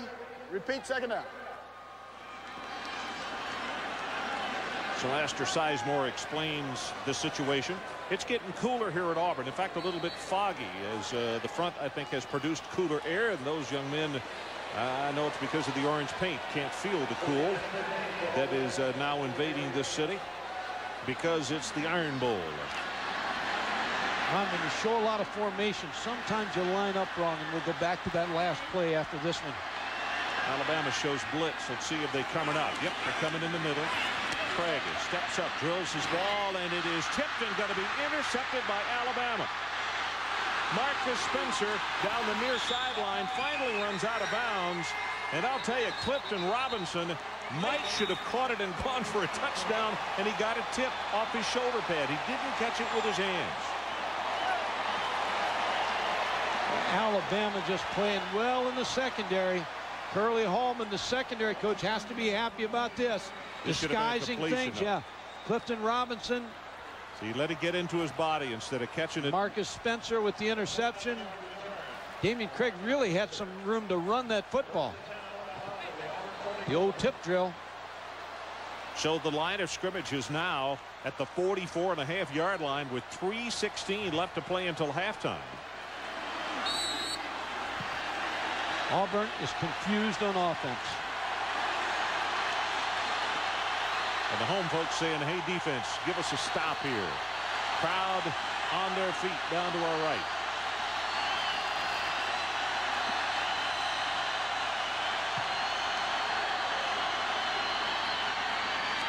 Kitchens again, play action, has it complete right over the middle of Rutledge. And the tight end is going to take it to the 39 for a 5-yard gain. And now they say incomplete. Yeah. Okay. Alabama's come back to the line of scrimmage. They were going to snap it at the 39, and the officials say, nope, let's put it back here at the 44.5. And Mike DeBose is showing his feelings. Well, that's 2 times a little slow making those calls. Rutledge twice was close to catching the football. Look at the first 3 drives and the last 4 as far as field position for Alabama. Well, Freddie Kitchens has benefited. Lance Tucker started on the 20, but Freddie's had better field position.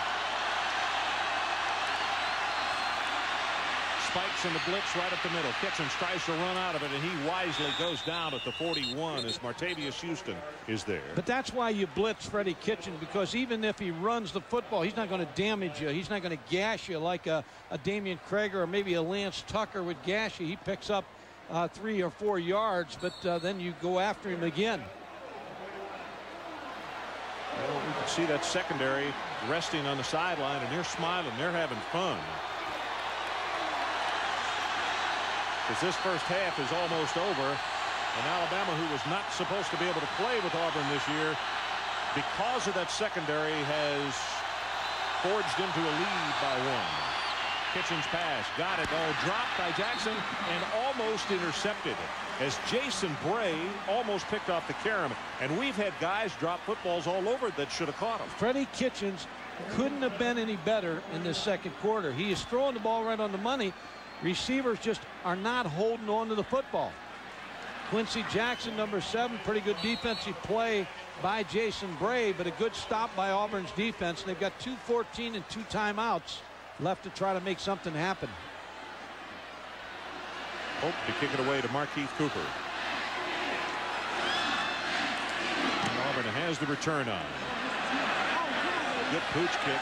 Going to bound inside the 5, and it takes an Alabama bounce. It'll be touched dead at the 3.5. 37 yards and a kick. Let's take a break. 2:03 until halftime, and our score: Alabama 7 and Auburn 6.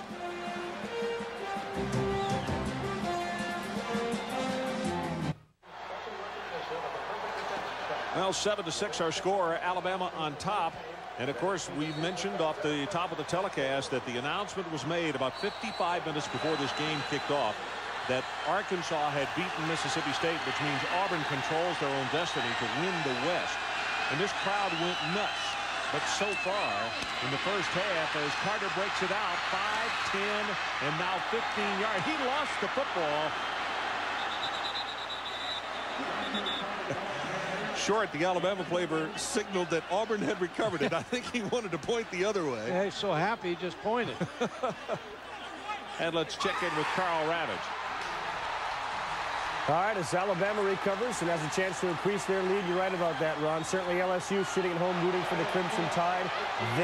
Alabama, could do LSU a favor the same way Florida did Michigan a favor today by beating the Elder Bowden. Number 1 Michigan going to the Rose Bowl for the first time in a long time. We will have the Rose Bowl picture. Reports from Ann Arbor and Gainesville on what has been a very busy day and not yet over. Ron, back to you.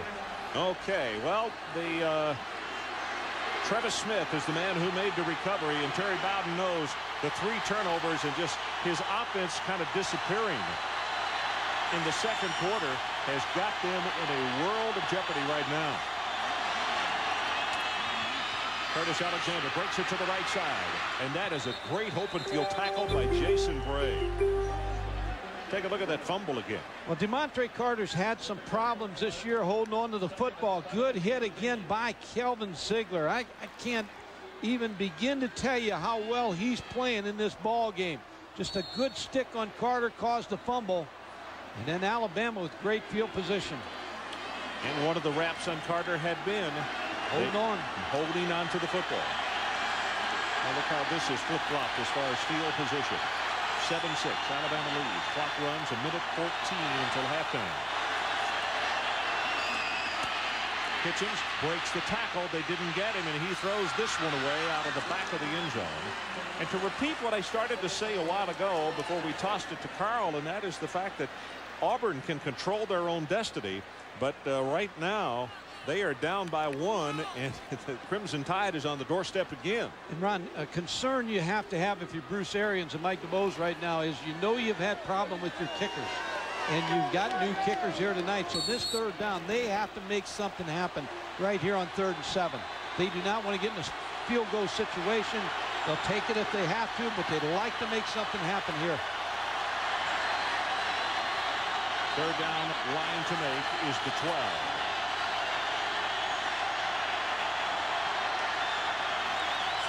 Goss in motion. You see the pressure, the pass. It is caught by Goss, and what a hit by Rob Pate.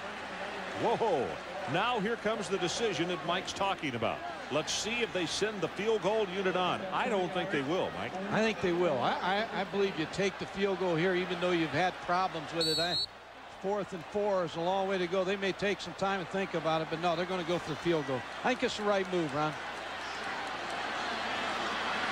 You want to get points. You've had problems with your kicking game, but you got to hope that you can get it in here. Tucker is the holder on the extra point a moment ago. Kemp was very high and short. Low pass. He gets a better kick this time, and he's good.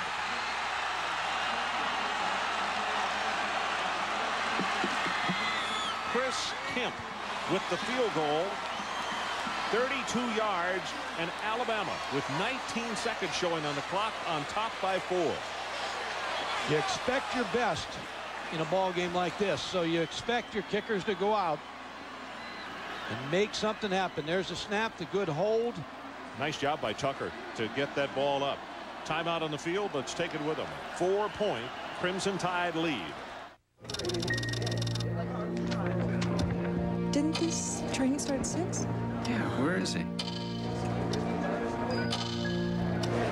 This is ridiculous. I'm not going to sit here and take this. Feeling a little frustrated?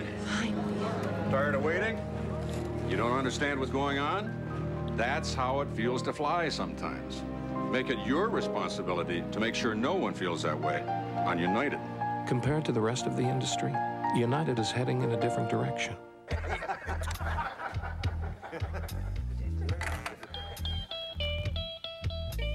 Sounds pretty good. Can I see the guitar? You play? I've been known to.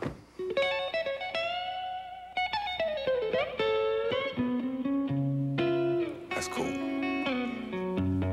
What's your name? It's on your guitar.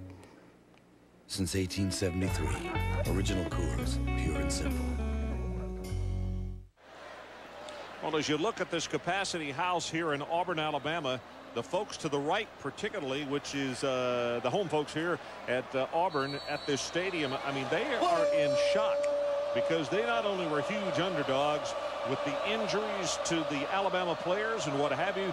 A lot of folks thought this was going to be a walk, and Alabama has proven no Iron Bowl is a walk. McLeod took the ball, went on one knee so that they could have 15 seconds left. Well, tomorrow morning it's NFL Countdown at 11:30 Eastern. Sit in with the distinguished faculty of Bristol University of the best NFL pregame show in the business. 7 o'clock, join Chris Berman and company for the NFL Primetime. All the highlights of all the games. Then a battle for first place at the NFC East. The Giants take on the Redskins on Sunday Night NFL. All tomorrow on ESPN.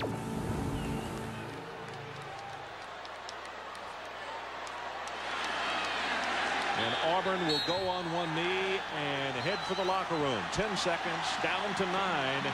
And the Crimson Tide faithful are up and they are cheering. Meanwhile, the Auburn folks are kind of applauding but looking in wonderment as to what is going on this Saturday evening. It is halftime with our score, Alabama 10, Auburn 6. Now with the Buick Century halftime report, let's join Carl Ravitch. All right, Ron Franklin, thank you very much. A 4-point game there. As we mentioned the Bowdens just a minute ago. Good day for Tommy. His Tulane team won, but Terry right now down to Alabama and Auburn controlling its own destiny. Florida State, Bobby Bowden's team, they control their own destiny. We will check on the halftime report how those Seminoles fared against the Gators at the Swamp. Well, we're back with our halftime score. The Crimson Tide 10 and the Auburn Tigers 6. And Mike Gottfried, we talked about on the early part of the telecast in this ballgame, Auburn had many opportunities and they missed them, and right now it's really costing them in this football game. Ron, they had great field position early in the ball game, and then just couldn't get anything done with it. And then enter Freddie Kitchens, and then all of a sudden everything changed. Senior quarterback coming off the bench, and you see the good pass here to Quincy Jackson, and he's down the sideline for good yardage. Freddie, in a lot of the passes here, he doesn't take the sack, scrambles for 3-4 yards, doesn't make mistakes. Touchdown pass over the middle, and they've just they're like a new ball club. They're energized with Freddie Kitchens coming in the ball game. You know, in watching Alabama come out at halftime, as you look at the first half numbers, Auburn only 54 rushing and 63 passing. But when Alabama came out to begin this second half, now their feet were not touching the ground, because all of a sudden we talked about when you let an underdog stay in a ball game, the longer you let them stay in, then they really start to believe. This is a big series for Auburn right here to start this half off. Now they're going to get the ball at the 35-yard line, so they open it up with the first break, so to speak, of the second half. And let's check in with Adrian Karsten. Adrian. Ron, Terry Bowden tells me he's going to live by the 2-to-1 ratio offense in the second half. That is to say 2 passes to every 1 run. But as you said, 54 yards on the ground in the first half is not going to get it done. They've got to pick and choose their moments when they run, when they hand that ball off to Beasley. Remember, 160 yards on the ground last week was nothing to write home about, but was enough to complement the passing game against Georgia and lead to a big win. Okay, we'll see how that ratio goes, Adrian. We'll keep up with it very closely up here. Auburn won the toss. They deferred to the second half, and that's the reason they are opening it here on offense in the third quarter.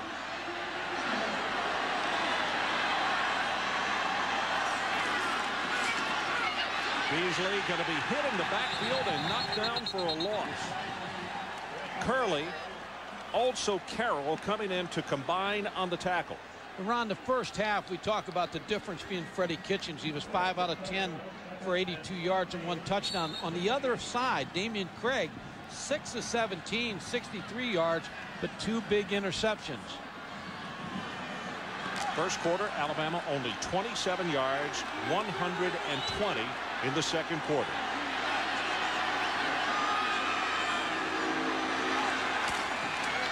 Beasley again running back into the boundary. That's a nice job in the open field by Travis Smith to trip him up. Good speed by Travis Smith, number 48, the junior linebacker. They have answered every punch that Auburn has thrown on offense to this point. Tackles in that first half for Auburn. Dorsey with 5, Martavius Houston with 4, 3 of those solo, and Takeo Spikes only 2 tackles in the first half. We have not called his name a lot in this ball game. He dominated in the Georgia game. Third down. They need to take it out to the 45. Alabama showing blitz. Let's see if they come. Actually, they stay at home. Craig's pass. Got it. Hicks 4. That will move the chains right there. Possibly put an asterisk by that play, because I don't think they wanted Alabama to get the ball right back with the momentum they had. Well, you figure the senior quarterback has to lead you. Damian Craig led his high school team to 2 state championships. He said, I'll be measured by this Alabama game tonight. Hits Hicks poor on a short post. Warren Faust back there, and Kelvin Ziegler, number 20, the safeties. 19 yards on the pass play. Hicks 4 now, 3 catches for 33. And Craig in trouble, and he is going to go down under the rush of Eric Curley. Kelvin Ziegler, number 20, was going to come on a blitz there. You talked about Alabama's shown a lot of fronts, a lot of different looks. Here's Ziegler, number 20, showing blitz, and they're blitzing a linebacker to the top side. Damian Craig couldn't get out of the play, so thus the bad play. Eric Curley with the tackle. They've confused Auburn on offense. They look like Auburn now has a little bit better idea of what's happening in the ball game and what Alabama's trying to do to them. Ziegler coming back to the outside. Blitz is on. There are flags all over the place. Delay a game. Didn't get the play off in time. You know, we talked about off the top of the telecast the percentage of plays that quarterback Damian Craig is involved in. On the offense, 5-yard penalty. For the season, 78% of the plays he's involved with. That is higher than any quarterback with a top 25 team. In the first half, Mike, they had 34 snaps. He was involved in 23 of them. Well, I can tell you, as you look at the quarterbacks in the top 25, just your point there, but I can tell you this, it's going to be 95 here in this third and fourth quarter because it's on his shoulders to win this football game. That is 3 delays in this ball game against Auburn. 3 times they've suffered 5-yard penalties.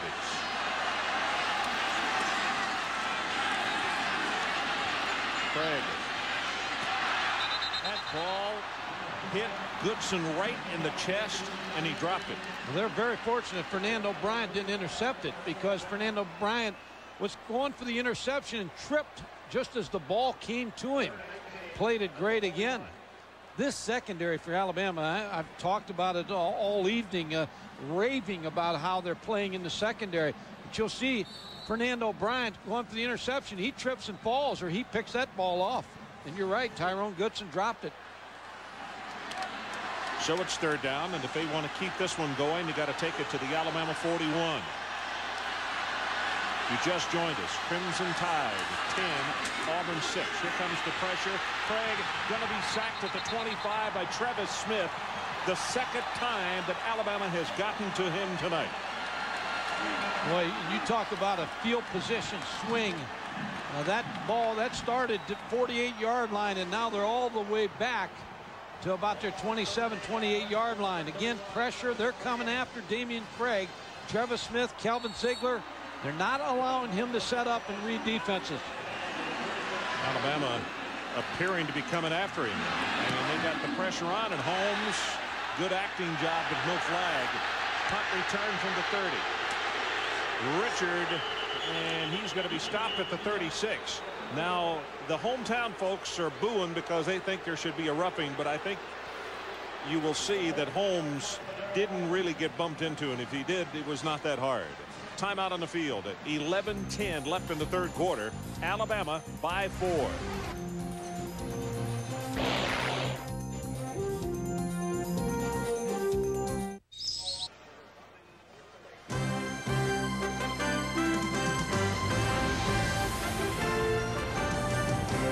ESPN's presentation of college football, Alabama versus Auburn, is brought to you by Prestone Antifreeze. Protect your car in the Prestone zone.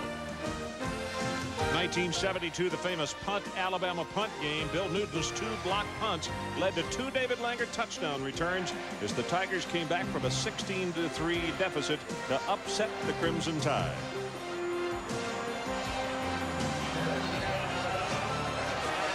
Our score 10-6 as Alabama comes back on offense. They stopped the Auburn Tigers on their opening drive of the second half. Now let's see if they can come up with something big offensively.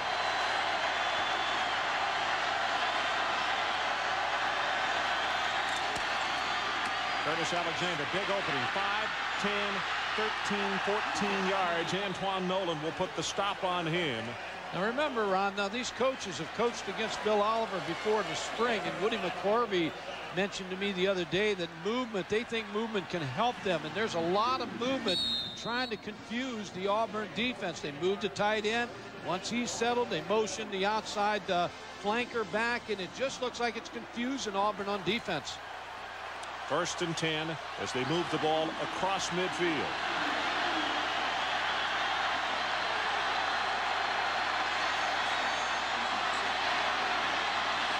Kitchen swings it out. That's Quincy Jackson. Nothing inside. Takes it back outside. And Dunlap, along with Taylor, and spikes in the area to trip him up. When you talk about field position in the first half, and we talked about it up here, the first 3 series is for Alabama. They were pinned deep in the 20-yard line. Lance Tucker's time's right there. Then all of a sudden, Freddie Kitchens enters the ball game, and now you see the field position, how much better it gets in a short field for Alabama, and they got the touchdown and field goal.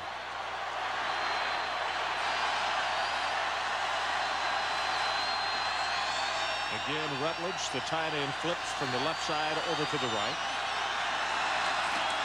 Auburn shifts defensively, trying to counter, and the running play. Nice job as he's tripped up by Leonardo Carson. Leonardo, a sophomore out of Mobile, 6'2", 272, was a high school quarterback, if you can believe it. Yeah, he was a quarterback in high school, and you speak very highly of him in Mobile. And you again, talking to the players that live in Alabama, they know the importance of this football game. And the Auburn players were telling us that they needed to tell the out-of-state players how important it was for some of the new players.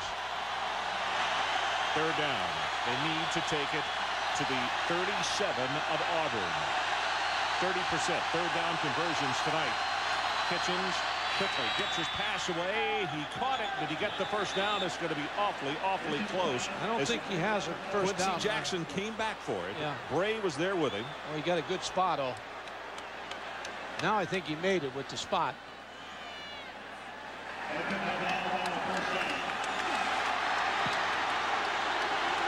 Interesting, in the early going, we were laughing about in the first quarter that Mike DeBose had to be saying, hey, give us a break in the ball game or let's get one. And now the breaks seem to be going their way. That was a break right there. I think the good spot there for Alabama, and Mike DeBose knows it.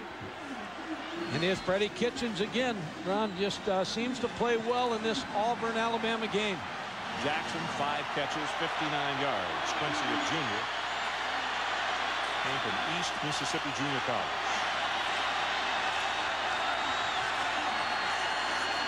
Did not get the play away.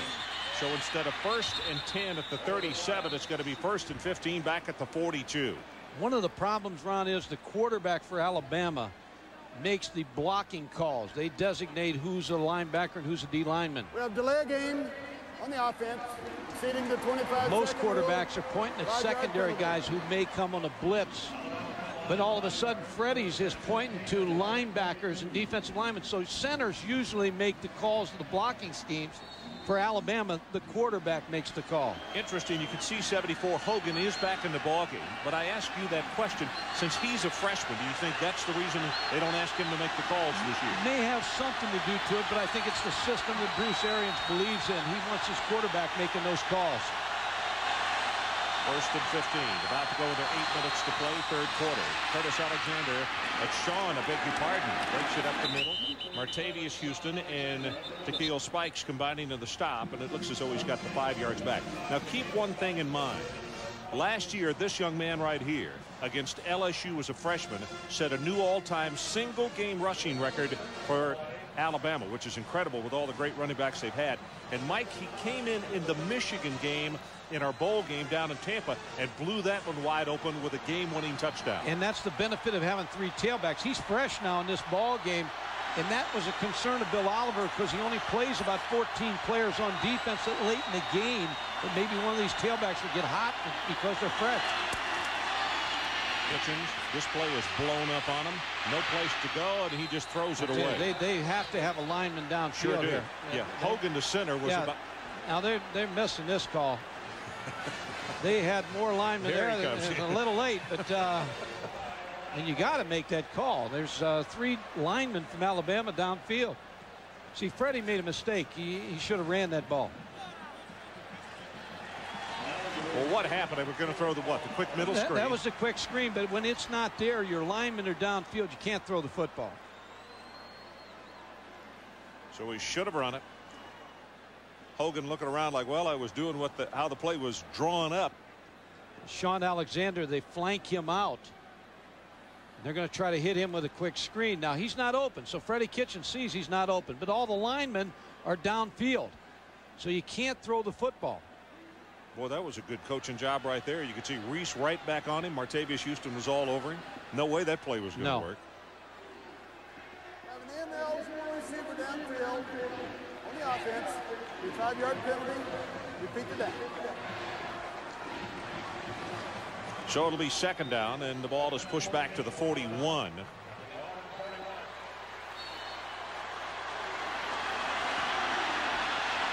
Difference in Freddie Kitchens tonight, throwing the ball down the field strong. There he is pointing out protection again to his offensive lineman. The linebackers move away. Three-man rush. Carson, as the ball is tipped in the air, and is going to be caught by Jackson, and he is going to be hit and knocked for a loss by Spikes. Not a smart move by Quincy Jackson, though, because he saw that ball up in the air, and he made a great quick move to try to get that ball caught. Deflected at the line of scrimmage by Charles Dorsey, number 91. And now Quincy Jackson really comes back hard to make that catch. It is third down. And if Alabama wants to keep this one going, they have to take it just inside the Auburn 28. Crimson Tide leads it 10-6.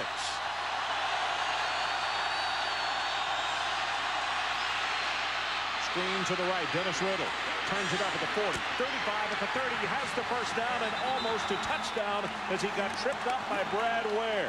How is that for a huge pickup of 20 yards? Freddie Kitchens helps make this play with a good acting job, because he really brought a good fake.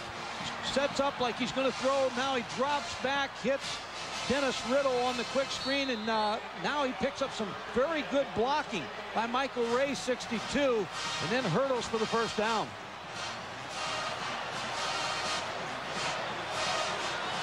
Bowens with a good block downfield. Easy. Ware barely got a hand on him to trip him up. Pitch comes to Riddle. Nothing inside. Bounces it outside. Neal will catch him from behind. And he will be at around the 20-yard line, so a gain of about 3. Well, the Auburn fans don't want to see Riddle and Freddie Kitchens together do what they're doing, because they were the heroes of the ball game last year. And now Freddie Kitchens with a strong, hot hand, and Dennis Riddle into the ball game, and a strong runner. The more he carries the ball, the tougher he gets, because he just becomes very strong and durable during a football game. Mike, how is this for an interesting little turn of events? Casher couldn't start at left corner tonight because of an ankle injury. Now Antoine Nolan for Auburn is injured. He's going to have to come out for at least a play because the trainers are out there. So they are going with backup corners. The 2 injured corners for Alabama are playing. They're hurt, but they're playing. And they're playing lights out. Yep. So it's a tough task for corners this week. And Casher comes into the ball game. So we need to watch him closely. He's going to line up on the right side. He could hardly run. In fact, he did not work out. He watched practice from the sideline on Thursday. He's lined up against Goss, bottom of the screen. There's that movement again. See, it causes Auburn all kind of movement after. They go with the running play. Riddle opening to the left side, and he goes down at the 14. And let's check in with Adrian Karsten. Adrian? Guys, I can tell you right now that Alabama knows as well as we do now that Casher is only about 50%. Even if they don't throw right at him, they're going to run right at him. He has a great deal of difficulty backpedaling, running forward, laterally. The staff over here tells me, as I say, he's about 50%, but he has to play because of the injury to Nolan.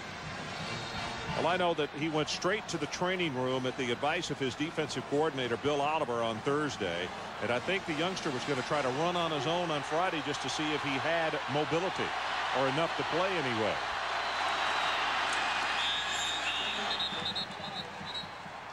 Ron, you know, when you watch this ball game unfold, we talked about early, and it's too early for this game to be decided.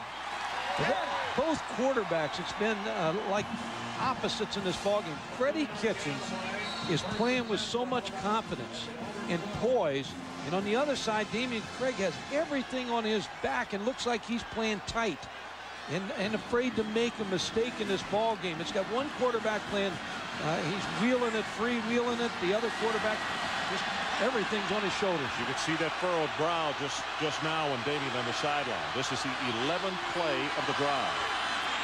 Pitch goes to Alexander. Sean tries to turn the corner, and he will. Hurdles a man at the 5-3-2-1. Touchdown, Crimson Tide.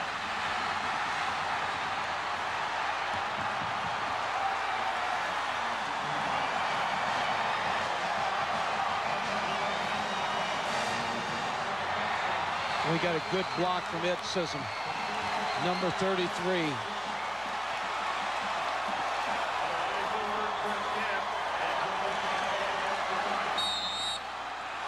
Chris Kemp to attempt the extra point for Alabama. That's Tucker who is holding.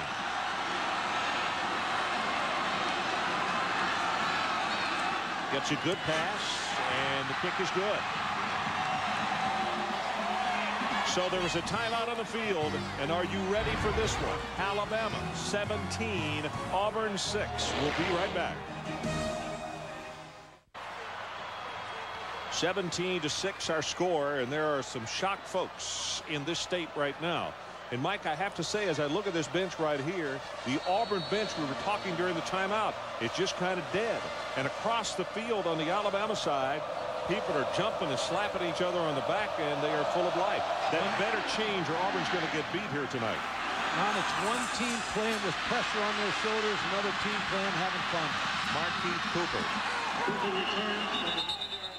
takes it out to the 27. For a moment there, it looked as though he might have fumbled, but that's not the case. So there's a timeout that's taken with him. 4:09 to play in the third quarter. Alabama by 11 shocking points. At Auburn, Alabama. 4 minutes, 9 seconds left to play third quarter. Auburn, huge favorite in this football game. And right now, even with an opportunity to win the West and head to Atlanta because Mississippi State got knocked off today, their arch rivals from Tuscaloosa are dominating this game ever since Freddie Kitchens came in the second quarter. Here's a blitz. Craig gets his pass away. He's got him open at the 45, and he breaks free. Tight end McLeod in the sideline, and he was knocked out of bounds inside the 30. That may be the play that gets him going. It's good for 41. Well, when they're blitzing and you can't handle the corners with your wide receivers, then you try to work the tight end down the middle of the football field. Good fake to Rusty Williams. Pressure on Damian Craig. Finds his tight end, 43, Kevin McLeod. Big change of field position against Antoine Hunter.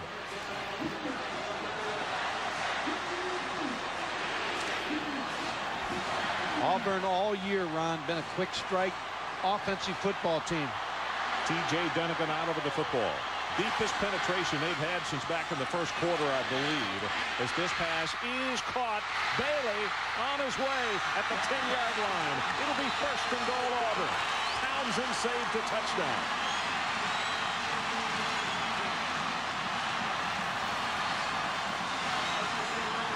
Fernando Bryant, Karsten Bailey, they cleared out with Tyrone Goodson. There's Deshae Townsend making a tackle. Auburn trying to answer here. 22 yards in the play. And you know, Mike, he didn't throw that ball well. Bailey had to come back for it. Didn't have a lot on it. First and goal. The ball at the 9.5-yard line. And as Mike said, Auburn trying to answer. Here goes the running play. Dusty Williams left side at the 5, at the 3. Still fights his way, and he's down to the 2. That's Sigler, who caught onto him finally. Adrian, quickly, let's check in with you. Ron, what's making the difference here as much as anything else is Damian Craig's enthusiasm, his on-the-field enthusiasm, the fire in his eyes that I described earlier today. His teammates can see it, and that keeps them up. You mentioned that Spikes wasn't, his name wasn't mentioned tonight because he didn't see the enthusiasm. He affects so many other people offensively and defensively on the Auburn Tigers as he comes out of the game now to confer with Coach Bowden. But he has such a big effect on all the other guys on this team, and he's finally kicking in now. Well, that was mentioned in our meeting with him yesterday, and the fact that his teammates look to him for that kind of guidance as Sigler is down and is injured on the play. Ron, they cannot afford to lose Kelvin Ziegler. He is as good and has played as well tonight as any player. What amazes me is gotten so cool tonight, and the way they are treating him, that's like it's cramps, right? And it seems impossible on a night this cool to have him, but it sure looks that way. As you look at Spikes on the sideline, and he's trying to pump people up over there. You lose your rival game, and both these teams know that you have to live with it for 365 days. The winner celebrates. The loser gets ready for next year. Kendall Simmons, the offensive guard, 73, is lined up in the backfield. That's Simmons in motion. They go right behind him, and Beasley to the 1-foot line will not get it in. Another Alabama player down, but Fred Beasley is so good here at the goal line because he can go over the top he has such an exceptional burst that when he hits the line of scrimmage, goes over the top. You'll see him right here on the belly. Now, he does try to go over the top here. Started a little bit too late to go over the top. You see, actually, he hit T.J. Mears, his guard, and knocked him into the end zone. That's Hood, who was injured. And, Chris, we have documented tonight, they were not sure he was going to be able to play, and if he did, how long he would be able to go. And he's on his all-fours at the 5-yard line as the training staff confers with him. 2:33 to play, third quarter. Alabama by 11. And Auburn with their deepest penetration, actually, of the night. They had a 27-yard field goal and a 37-yard field goal back in the first half. And Chris Hood has had to take over since Michael Myers' suspension. Michael Myers was as good a defensive lineman anybody in the country. Chris Hood used to benefit from the double teams on Michael Myers, but this year people have been double teaming Chris Hood. Back to the line of scrimmage. Let's see if they follow Simmons again. Beasley over the top, touchdown Auburn.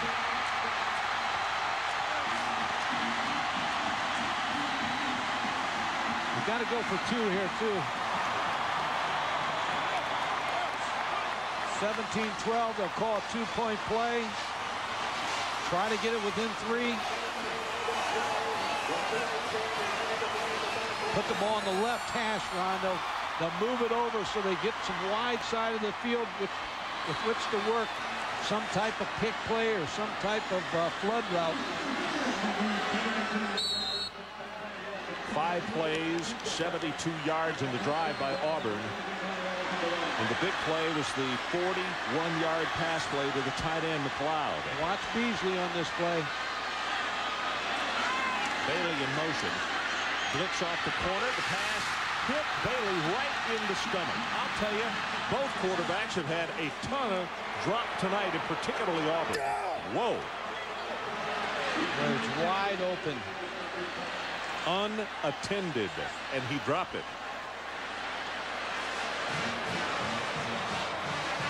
Fred Beasley talked about the nose he has when he gets down close to the goal line, being able to spring up and over. The extra point. Karsten Bailey, number 5, is coming in motion. He goes to the flat. Wide open. Ball thrown on time. Just didn't bring it in. Didn't concentrate on it. Second look. Took his eyes off of it. Just counting those 2 points a little too soon. 5 plays, 72 yards, 2 minutes and 2 seconds. And as we mentioned, the pass to McLeod was the big play. Beasley with the touchdown. And so Auburn now down by 5 points as they fail of the 2-point conversion. Jared Holmes to kick it off. Now, Adrian Carson, I agree with him. Damian Craig, now that series played like Freddie Kitchens has played since he's come into the ball game. Richard to the near side. Fernando Bryant to the far side. Here's Holmes' kick. And it's going to be Bryant 5 yards deep, and his teammate says, nope, let's take it out at the 20. Well, coming up after this one, we'll send you out to San Diego for a battle in the WAC. Quarterback Moses Moreno leads the 22nd-ranked Colorado State Rams against the San Diego State Aztecs. Standings in the WAC, well, things are very, very tight. Colorado State and Air Force, you see a 1-2. In the Mountain Division, it's New Mexico. So we'll be heading to the WAC when this one is over. But this one is a long way from over. We have 17 minutes and 9 seconds. And listen to the crowd. The students are up and roaring.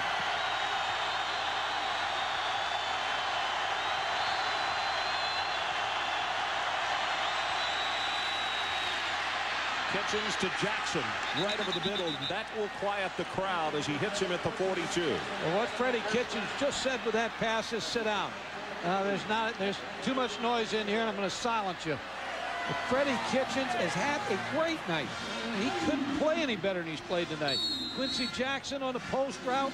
Freddie Kitchens with good protection. Now remember, the offensive line of Alabama is keeping people off of him all night. He's been able to sit back and dissect this secondary of Auburn.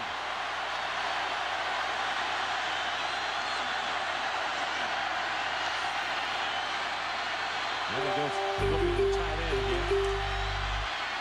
Alexander, this is Sean, breaks it up the middle, and he's close to a 10-yard gain on the play. Rob paid on the tackle along with Dunlap. And let's check it again with Adrian.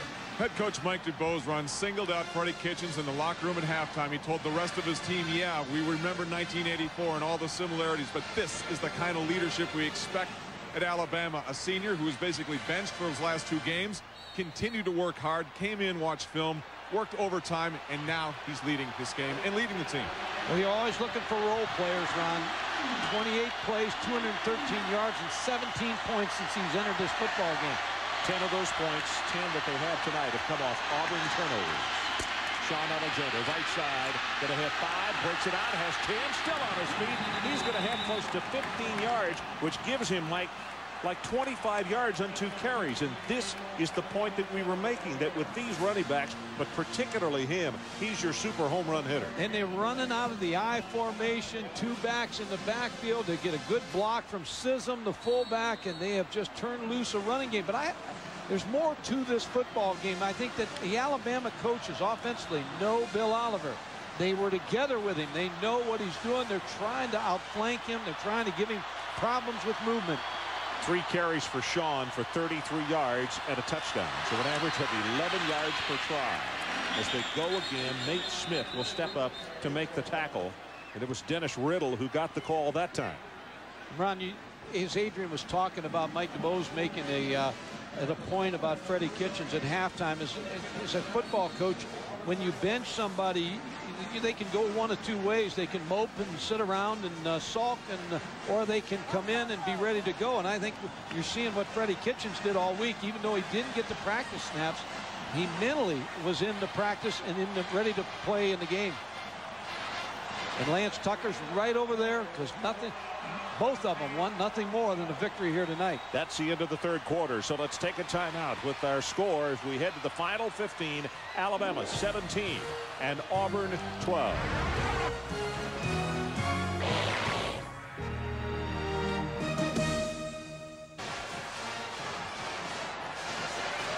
"15 minutes of football left here at Jordan-Hare Stadium.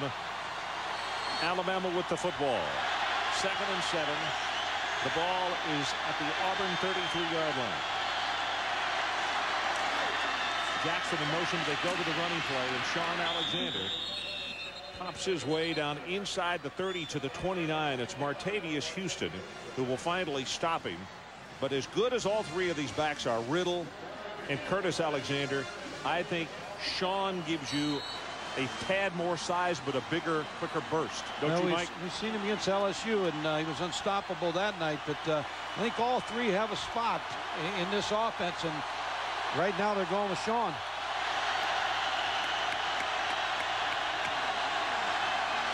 I formation. Sism the fullback. Sean Alexander, left side, got tripped up at the line of scrimmage as he found the crease, and he has the first down at the 25-yard line. Ron, defensive statistics, when you look at Auburn, their tackle leaders, Ricky Neal, one of the linebackers, has 6, but Takeo Spikes 3 tackles tonight. So Alabama has been able to scheme and work against the best linebacker, Takeo Spikes, and not made him a factor in this ball game tonight to this point. 1st and 10 as they move the sticks. There's that movement again. That's given Auburn problem. Awesome motion. Kitchens throws back to him right over the middle. Cuts it back into the middle. He's going to be tackled at the 21. That is Neal. Goss in motion, brought him across, hit him, he reversed it, and he's a possession type receiver. Yeah, former quarterback, former walk-on, but the movement is still giving Auburn problems. When the tight end moves, watch all the Auburn defensive players move. And then all of a sudden you get movement out of Chad Goss. So you're trying to confuse them with movement every play.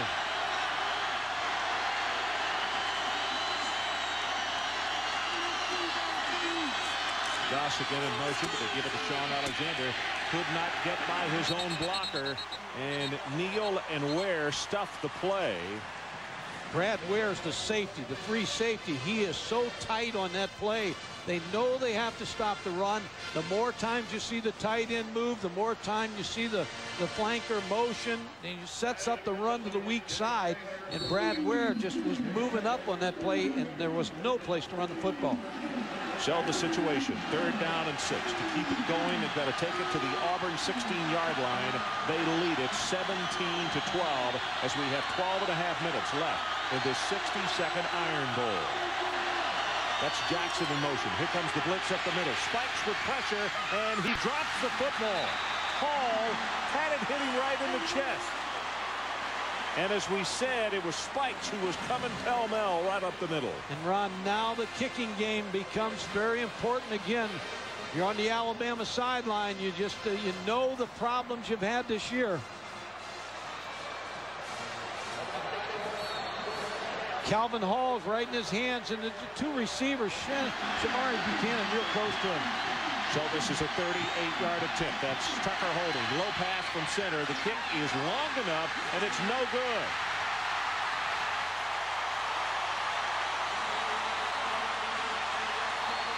Alabama could have made it an 8-point ball game, but the kicking game puts them in jeopardy for the moment. Timeout on the field. 12-12 left in our ball game. We'll be right back.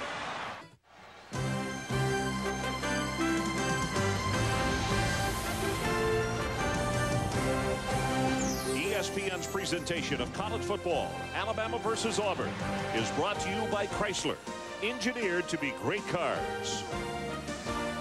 Ron Franklin, Mike Gottfried, and Adrian Karsten coming to you from Auburn, Alabama. Over on the sideline, some mind games. Chris Kemp, all of his teammates coming over saying, hey, don't worry about it. You missed a field goal attempt. It's happened before. It'll happen again. And they know it may come down to a kick by him. Could come. You're exactly right. So you don't want him to go in the tank. Damian Craig with a first down at the 20. Straight ahead running play. Williams breaks it open. Spins off the tackle. Should have been tackled after 4. It's going to be an 8-yard gain. Tony Dixon will make the stop. And let's check in with Carl Ravitch. Carl? Ron, just a reminder, the reason Auburn is playing for its own destiny, Mississippi State struggled today. Clint Sterner finds Anthony Lucas. Mississippi State dumped by 10 to Arkansas. It's all in Auburn's hands, Ron. Okay. You know, a strange turn of events on this last drive by Alabama. A pass that hit Hall almost right in the face, and he dropped it. And also, Spikes hit the quarterback and knocked him down. That's the first time in the entire ballgame as we got movement and flags are down. So another key in the ballgame, and Alabama has done a nice job of protecting their quarterback, rolling them, getting them in a protected situation. They really have, Ron. And this is Kenny Smith jumping off sides here for Alabama. That's a first down. I want to go back to Danny Ford. That's a big win for Danny Ford today. You know, a lot of talk that Danny Ford's not going to be back at Arkansas, but I believe he will be back. Now that last drive, here's the pass. It hit Hall right in the face. Couldn't catch it, and the field goal attempt, I mean, it just hooked at the last minute. Didn't miss by much, but it missed. Sure didn't. It looked like a drive. It might have been hit on that Robert Trent Jones trail of golf that runs through here. That thing had a nice hook on it, but at the wrong time for a field goal. Craig, play action, puts it on his hip, gets his pass for Bailey, caught it, and a flag is down. It's going to be pass interference as well on Bryant. Caught it for 16 yards.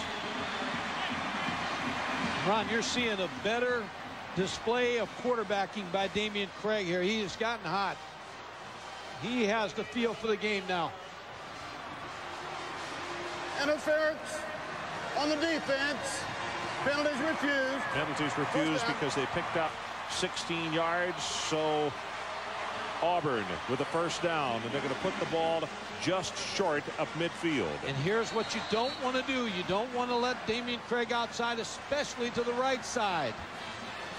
Throw and a great catch by Karsten Bailey. Auburn in an I formation. Rusty Williams, nothing to the left, tries to break it back into the middle. He'll fight his way for a couple of yards. Carroll is the man who makes the tackle. We called his name a lot tonight. Freshman linebackers played real well, and the defensive coaches were talking about him the other day, Ellis Johnson, that he's had a problem. The problem he has is he has to set the defense. He has to get the calls. He has to set. He has to make adjustments, and he's a freshman, and it's been very difficult for him. Alabama 17, Auburn 12. Auburn a 2-touchdown favorite in this ball game. And the Crimson Tide led in the second half in all 3 previous games played here at Auburn. As he rolls it past, missed by Bailey. It hit him in the hands. And there was a flag down, and this may be roughing on Kenny Smith. He did take a shot at Damian Craig, and that's going to be the call. Ron, I believe now this was really a late hit. The ball was gone, and penalties now starting to hurt Alabama.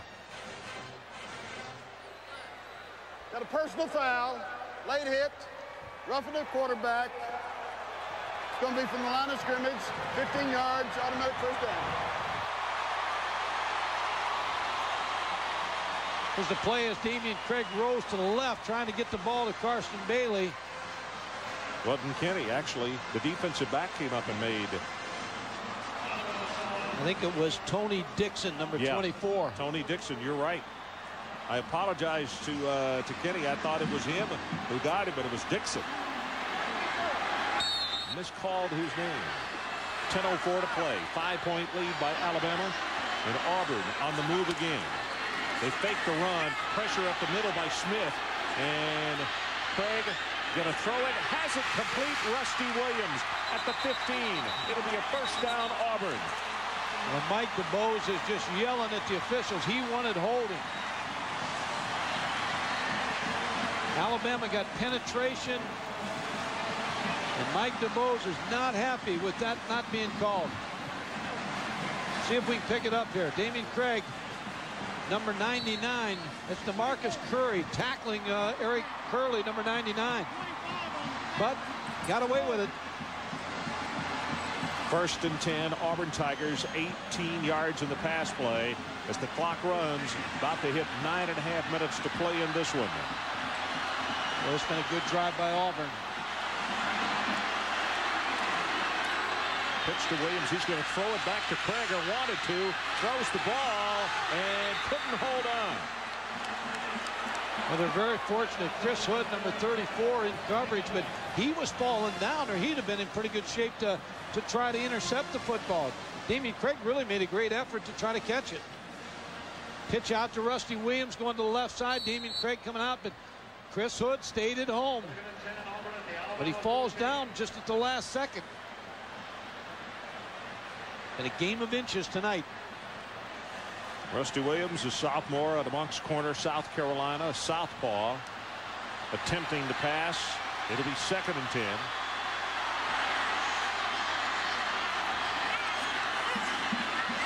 Craig sets up the screen. He just threw this one away. That's a smart veteran play right there. Threw it at the feet of Beasley because Wagner was coming after him real quick. Yeah, and Clint Wagner is 6'6", and he got his hands up on the pass rush. He read screen right away and didn't want to give a clear throw to Damian Craig.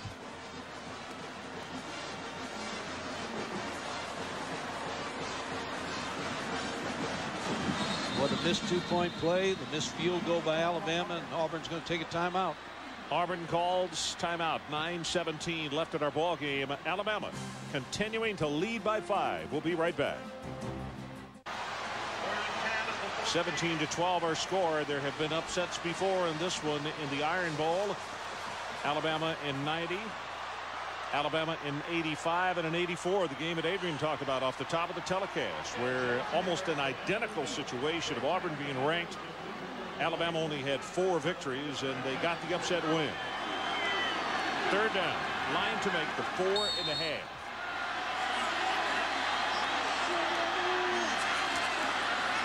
Pressure up the middle. Craig drills it. couldn't hold on at the goal line. Hicks poor. Sigler on the cover. Sigler's been there all night.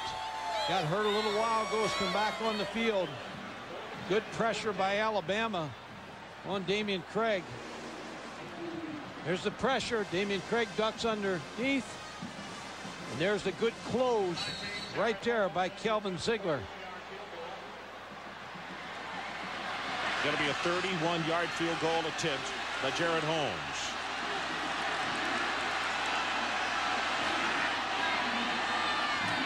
Good pass. Kick on the way, and he's got it. 3 of 3 tonight. 27 yards, 37 yards, and now add 31 yards. So let's go away for a moment. Our new score, Alabama 17, Auburn 15, with 9:06 to play.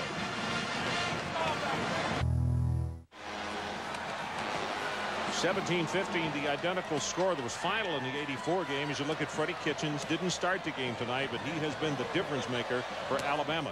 And here's the difference maker for the Auburn Tigers, Damian Craig. And the importance of this game is Damian just trying to walk it off and unload some of the pressure right now. Holmes kickoff. Got underneath this one. Going to be very short. Taken at the 10-yard line. Richard. And he fights out to the 30.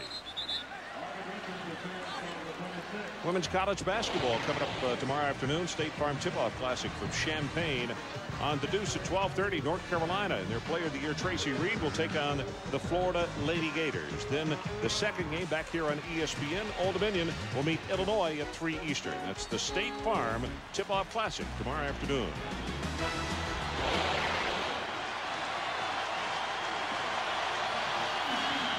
Takeo Spikes.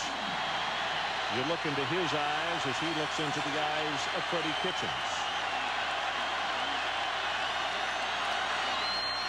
Pitch comes to Alexander. Sean tries to turn the corner. Going to be knocked down for about a half-yard loss, and it's Ricky Neal and Jeff Dunlap on the stop. And let's go back to Adrian Karsten. Adrian. With the kind of night that Sean Alexander is having, saved that one play, Ron, and with the kind of records he holds at Alabama coming into this game, well, why hasn't he carried the ball in over a month?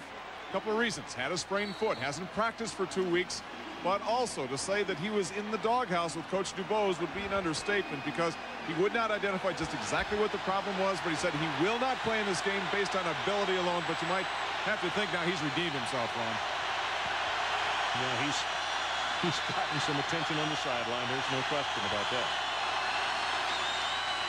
They fake it to him. Kitchens being hit. Loses the football. Auburn recovers. Charles Dorsey, number 91, knocked the ball out of the hands of Freddie Kitchens. They say Alabama got back in the football. I beg your pardon. 2 Auburn players converged on the football, and Rutledge may have taken it away from both. Or somebody did at the bottom of the pile. It looks as though Kitchens got in there to make the recovery. Charles Dorsey just tried to strip Freddie Kitchens once he decided to run with the football. Fakes the throw, nothing's open. Decides to run. Number 91, Charles Dorsey, just knocks the ball out of his hands. Look at Freddie Kitchens, the effort. He never gave up. A lot of pulling and tugging underneath that pile. 3rd down. They need to move it to the 40-yard line to keep this drive going.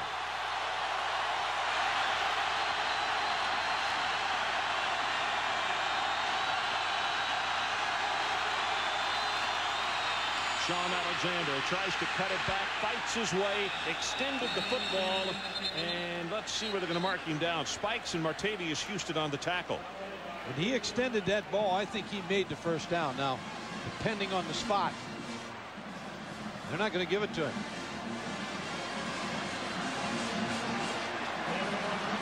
4th down, Alabama's got to ask for a measurement here.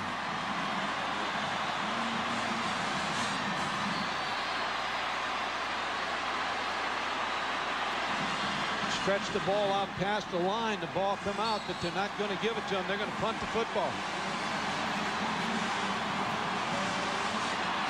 Cooper late coming on the field. I'm not sure that Auburn believed that the Crimson Tide was going to punt the football. This is the 6th punt. First one of the 2nd half, though. This is his best of the night, maybe the best of the season. At the 5 and goes out of bounds at the 1.5-yard line. Are you kidding me? 59 yards on the boot.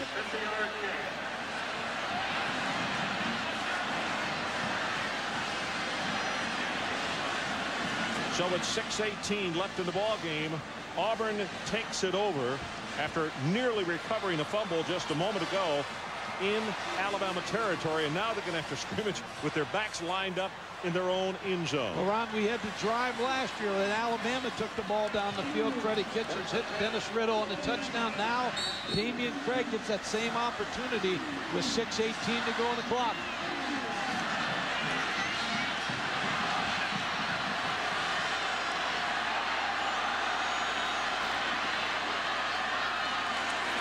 Craig, short drop, throws the pass well off the mark of Bailey. It's a tough spot for Auburn, Ron, because they haven't been running the ball very well tonight. So you almost have to rely on Damian Craig to get it out of here by throwing the football. Well, the freshman Devontae Carter, who was the hero last week, fumbled back in the first half, and we were just talking about he may not carry it again until spring practice. Spring practice next time he's on the field, or the bowl game. You know, he may get some bowl practice, and he'll be back. He'll get another shot because he's got too much ability.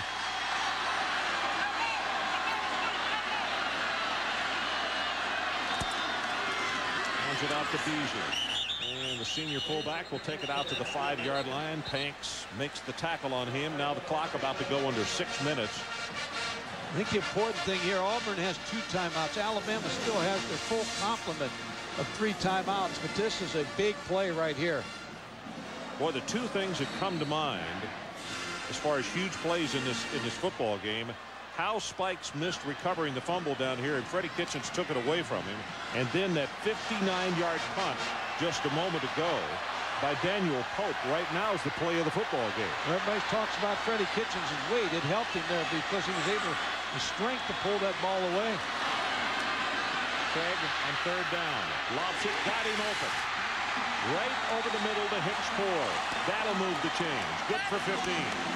Expect your senior quarterback to do it. And Damian Craig hits the big 3rd down play to Hicks 4. And the drive has now started. Alabama with no pressure. Good blocking by the Auburn offensive line. Hicks 4 wide open over the middle. 4 catches for 48 yards for Poor. 12 of 27, 196, and 2 interceptions tonight. One of those for sure should have been caught, but it went off the hands of Goodson.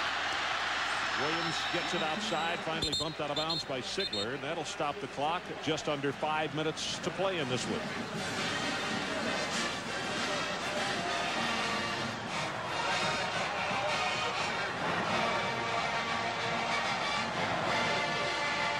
Well, you got to, if you're Auburn, you're thinking field goal with 4:57 to go on the clock.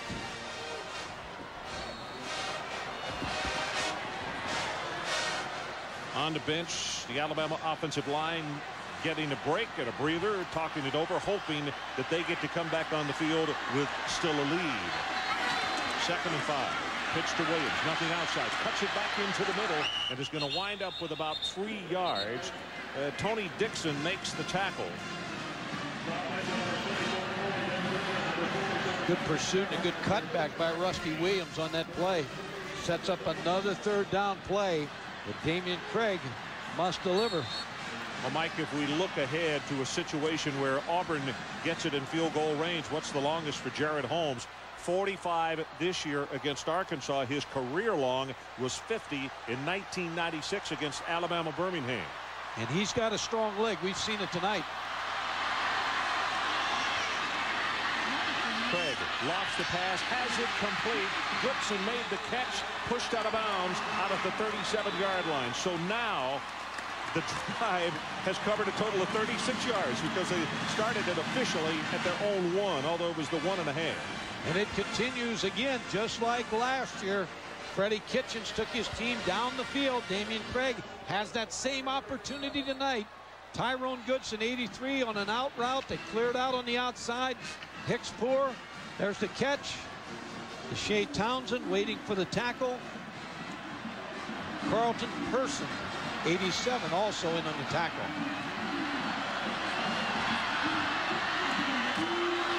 Damian Craig, pressure on him, going to have to hurry. Gets away, going to go long. Karsten Bailey, and he got pushed down. 1, 2, 3, 4 flags. Fernando Bryant.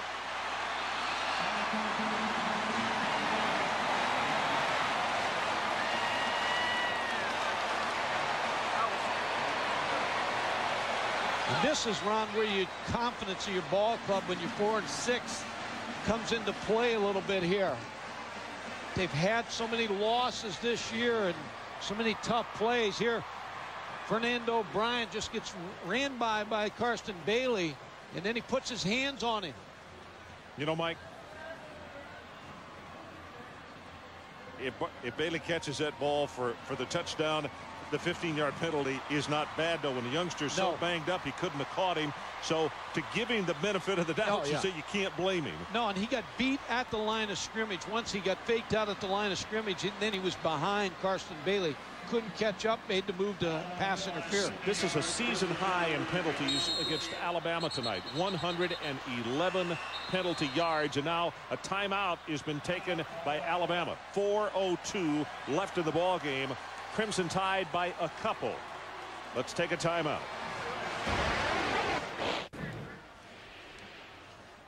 (17-15) our score. But as we look up at the scoreboard, both teams with 2 timeouts left.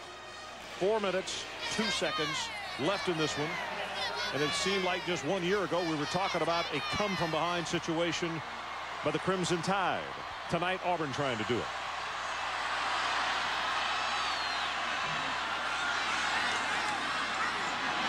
Craig, heavy pressure. Gonna be hit from behind. Travis Carroll, it's a wonder that he held on to the football. 3 times he's been sacked. And Travis Carroll came from the backside after Damian Craig started to move. And Damian Craig hasn't ran the ball much tonight, the first play. He's been looking for the pass.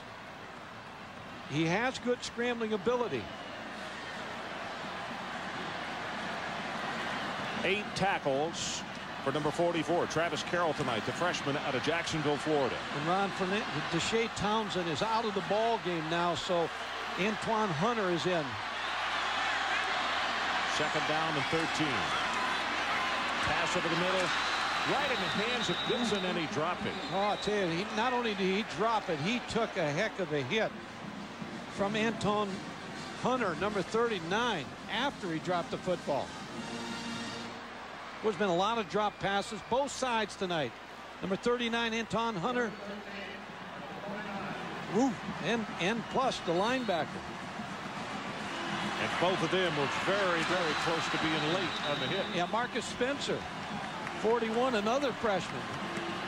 Great days ahead for Alabama with all these freshmen playing on defense. 3rd down. They need to take the football to the 37.5-yard line. Clock shows 3:12 left to play. Blitz up the middle. Pressure is on. Pass is in and out of the hands of Bailey. Now, Ron, decision time for Terry Bowden. Do you punt the football? No. At 3:06, you still got your 2 timeouts left. He's got a tough decision right here.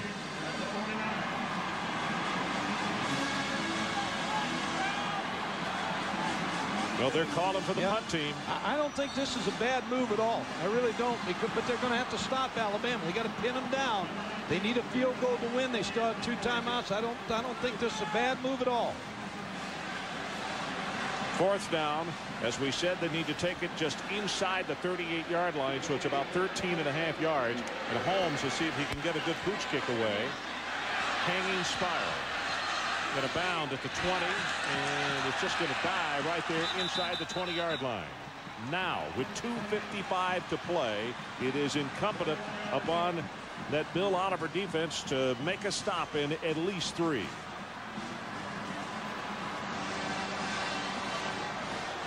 Well, next Saturday night, we'll have another state rivalry game for you at 5:30 Eastern Time. The Virginia Tech Hokies looking to bounce back against the Virginia Cavaliers. Then Notre Dame needs a win to stay above 500 and remain bowl eligible as they travel to the islands to take on Hawaii.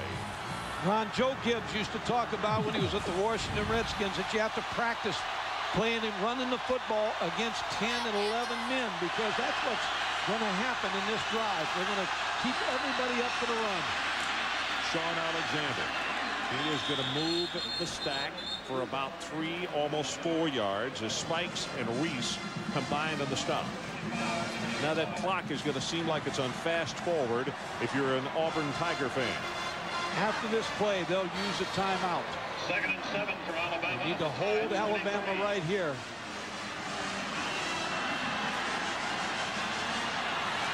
Alabama needs a first down to put this away. Auburn needs a stop.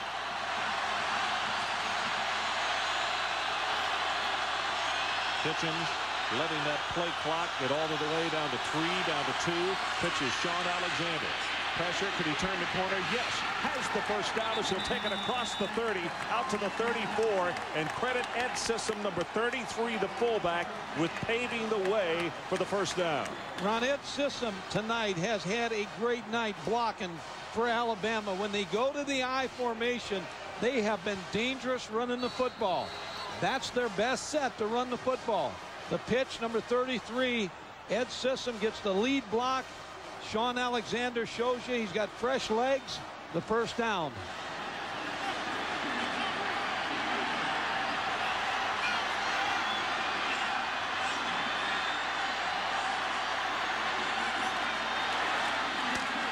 Sean Alexander the other direction. They got to use their timeout now. This time he is hit by Marcus Washington and knocked down, and they will use the timeout to stop the clock with 1:35 left. So let's go away for a moment. Alabama with a 2-point margin and 95 seconds to burn.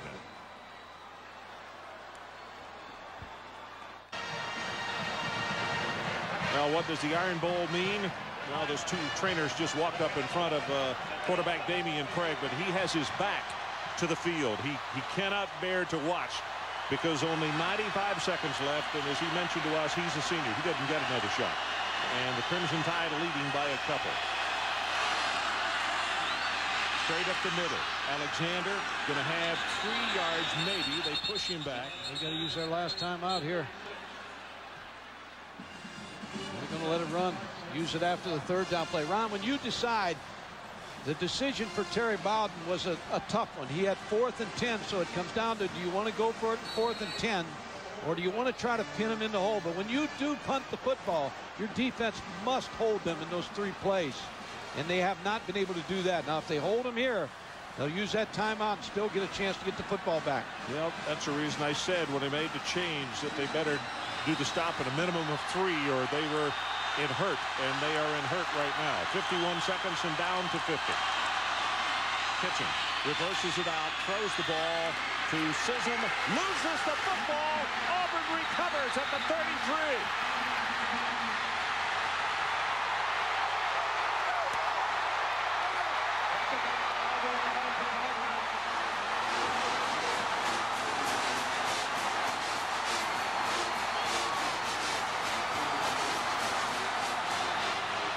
Quentin Reese comes up with the football.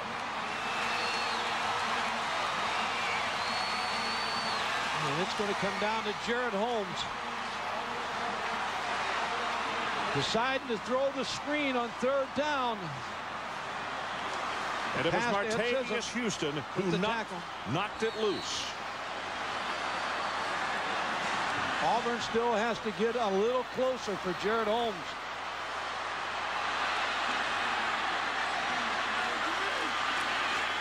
Running play. Williams takes it up the middle, inside the 30 to about the 29.5-yard line. Now, we mentioned for Jared Holmes, his longest this season is 45 yards. His longest career is 50. And a timeout has been taken by Auburn. Their final timeout. 31 seconds left of the ball game. We'll be right back. Time is back in. Craig throws the ball, has it complete, got out of bounds inside the 23-yard line at the 22.5 as Hicks 4. Now they are well within field goal range for Jared Holmes. But you know that Terry Bowden would like to take at least one strike at the end zone, if possible. The problem, Ron, is 26 seconds to go, and you have no timeouts left. Now, teams have practiced always running the kicker out. Be interesting, this call. Somebody's got to get off. Here comes Hicks-Poor out of the game. Well, they're confused. Yeah, they had too many people in the ball game. Now McLeod comes out, the tight end. Shotgun formation, plenty of time, blitz up the middle. Pass is thrown too far for Bailey, and that stops it with 22 ticks. I think Mike DeBose is on the sideline. He's going after the official because there were so many players in the huddle that they could have been called for a late substitution on that thing. And of course, Mike, what you got to consider right here, which Auburn has to be careful of, you'd almost look for a running play, because if they have a pass play and get called for holding, then all of a sudden Jared Holmes could be backed up out of field goal range. Well, they're real confused again because Jared Holmes started. But the problem was, if you run the football around, you've got to kill it. Play clock down to 4, down to 3, down to 2, and they just ground the football to stop the clock. And Holmes is going to come on. Jared Holmes will come on and attempt a field goal from where the line of scrimmage is. This is going to be around 39, 40 yards. Ron, the best field goal blocker for Alabama is Deshae Townsend. Now he'll come off the corner. Alabama's going to use a timeout now to try to ISO Jared Holmes. But number 2 becomes the most important defensive player for Alabama coming off the corner.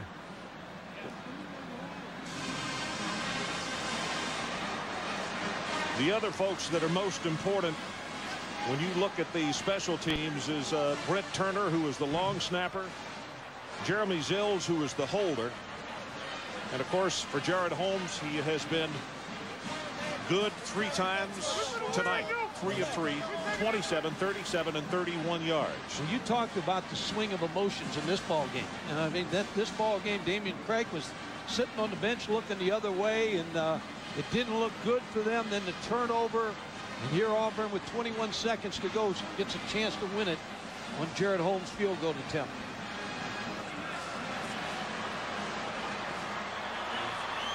Well, it was interesting on Thursday that an Auburn fan told us when we arrived in town, they said, you know, the worst thing that could happen to us is to lose to Alabama. And the guy said, no, actually, what would be worse is to lose to Alabama in Auburn.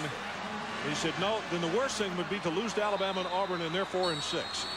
So right now it's on the line. They have an opportunity, and it looks as though they're going to try to ice him again. Yeah, they're going to spend their last time out.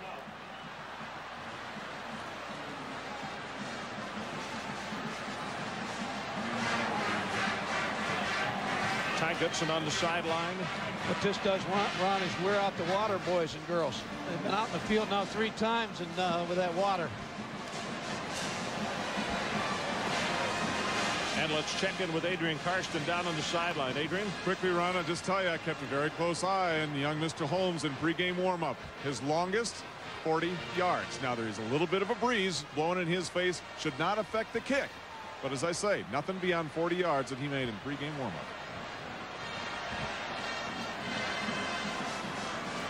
Well, Adrian, on the one that he kicked, there was 37, and he was very strong on that one.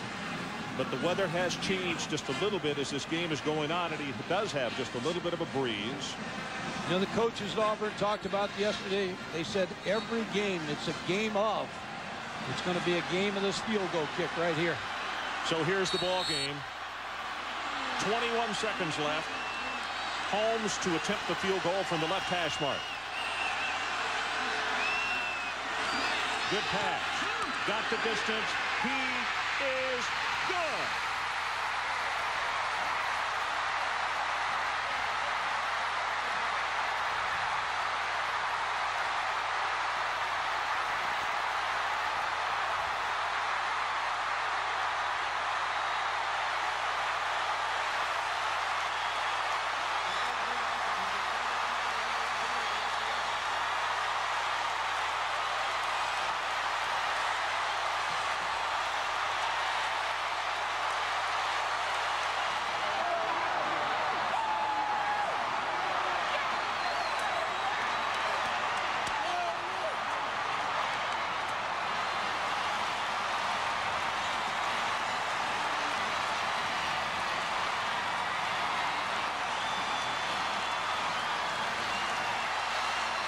One more look. Jared Holmes, 2 timeouts. Boy, Mike, how much pressure? And he nailed it right down the middle.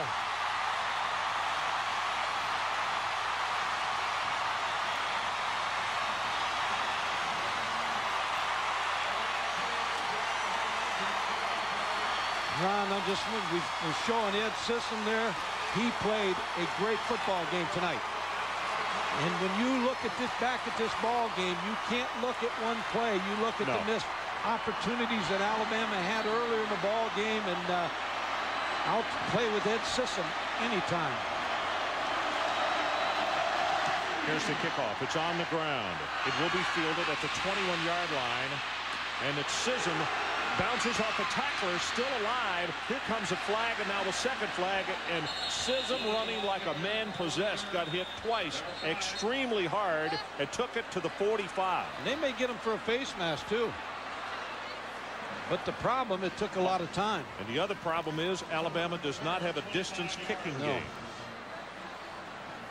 As I said, I'll play with those Ed Sissoms all the time because they give you effort.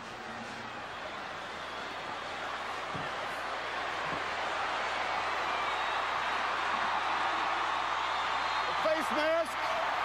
It's the blue. The 15-yard penalty. 15-yard penalty to boot. Boy, that's going to move this thing. This happened at the 45-yard line because of a good second and third effort, and this is going to take it all the way to the Auburn 40. Ron, this is what a winner this kid is, Ed Sissom. He will not be brought down. There's 6 guys have a chance at him, plus the face mask.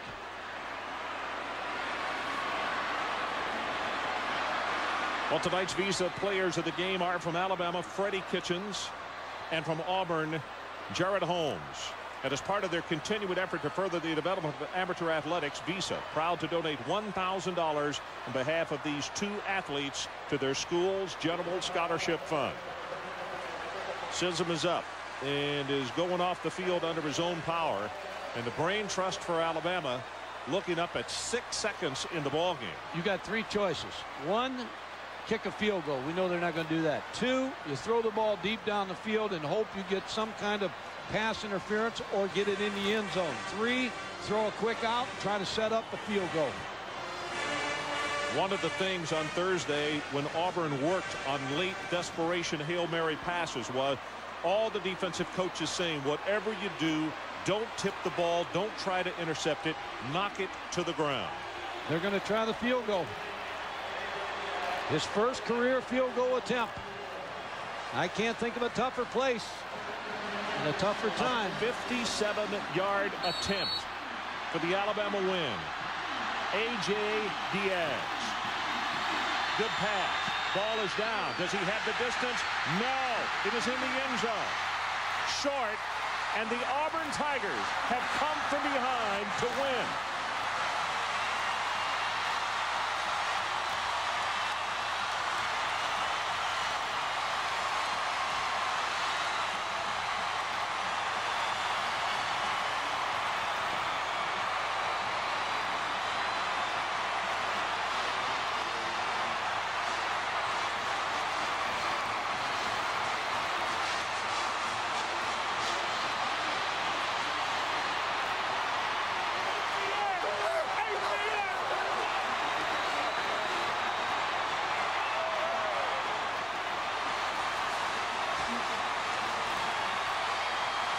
Again, the final score, Auburn 18 and Alabama 17. For Mike Gottfried, Adrian Karsten, and our entire ESPN crew, I'm Ron Franklin. This has been a presentation of ESPN, the world.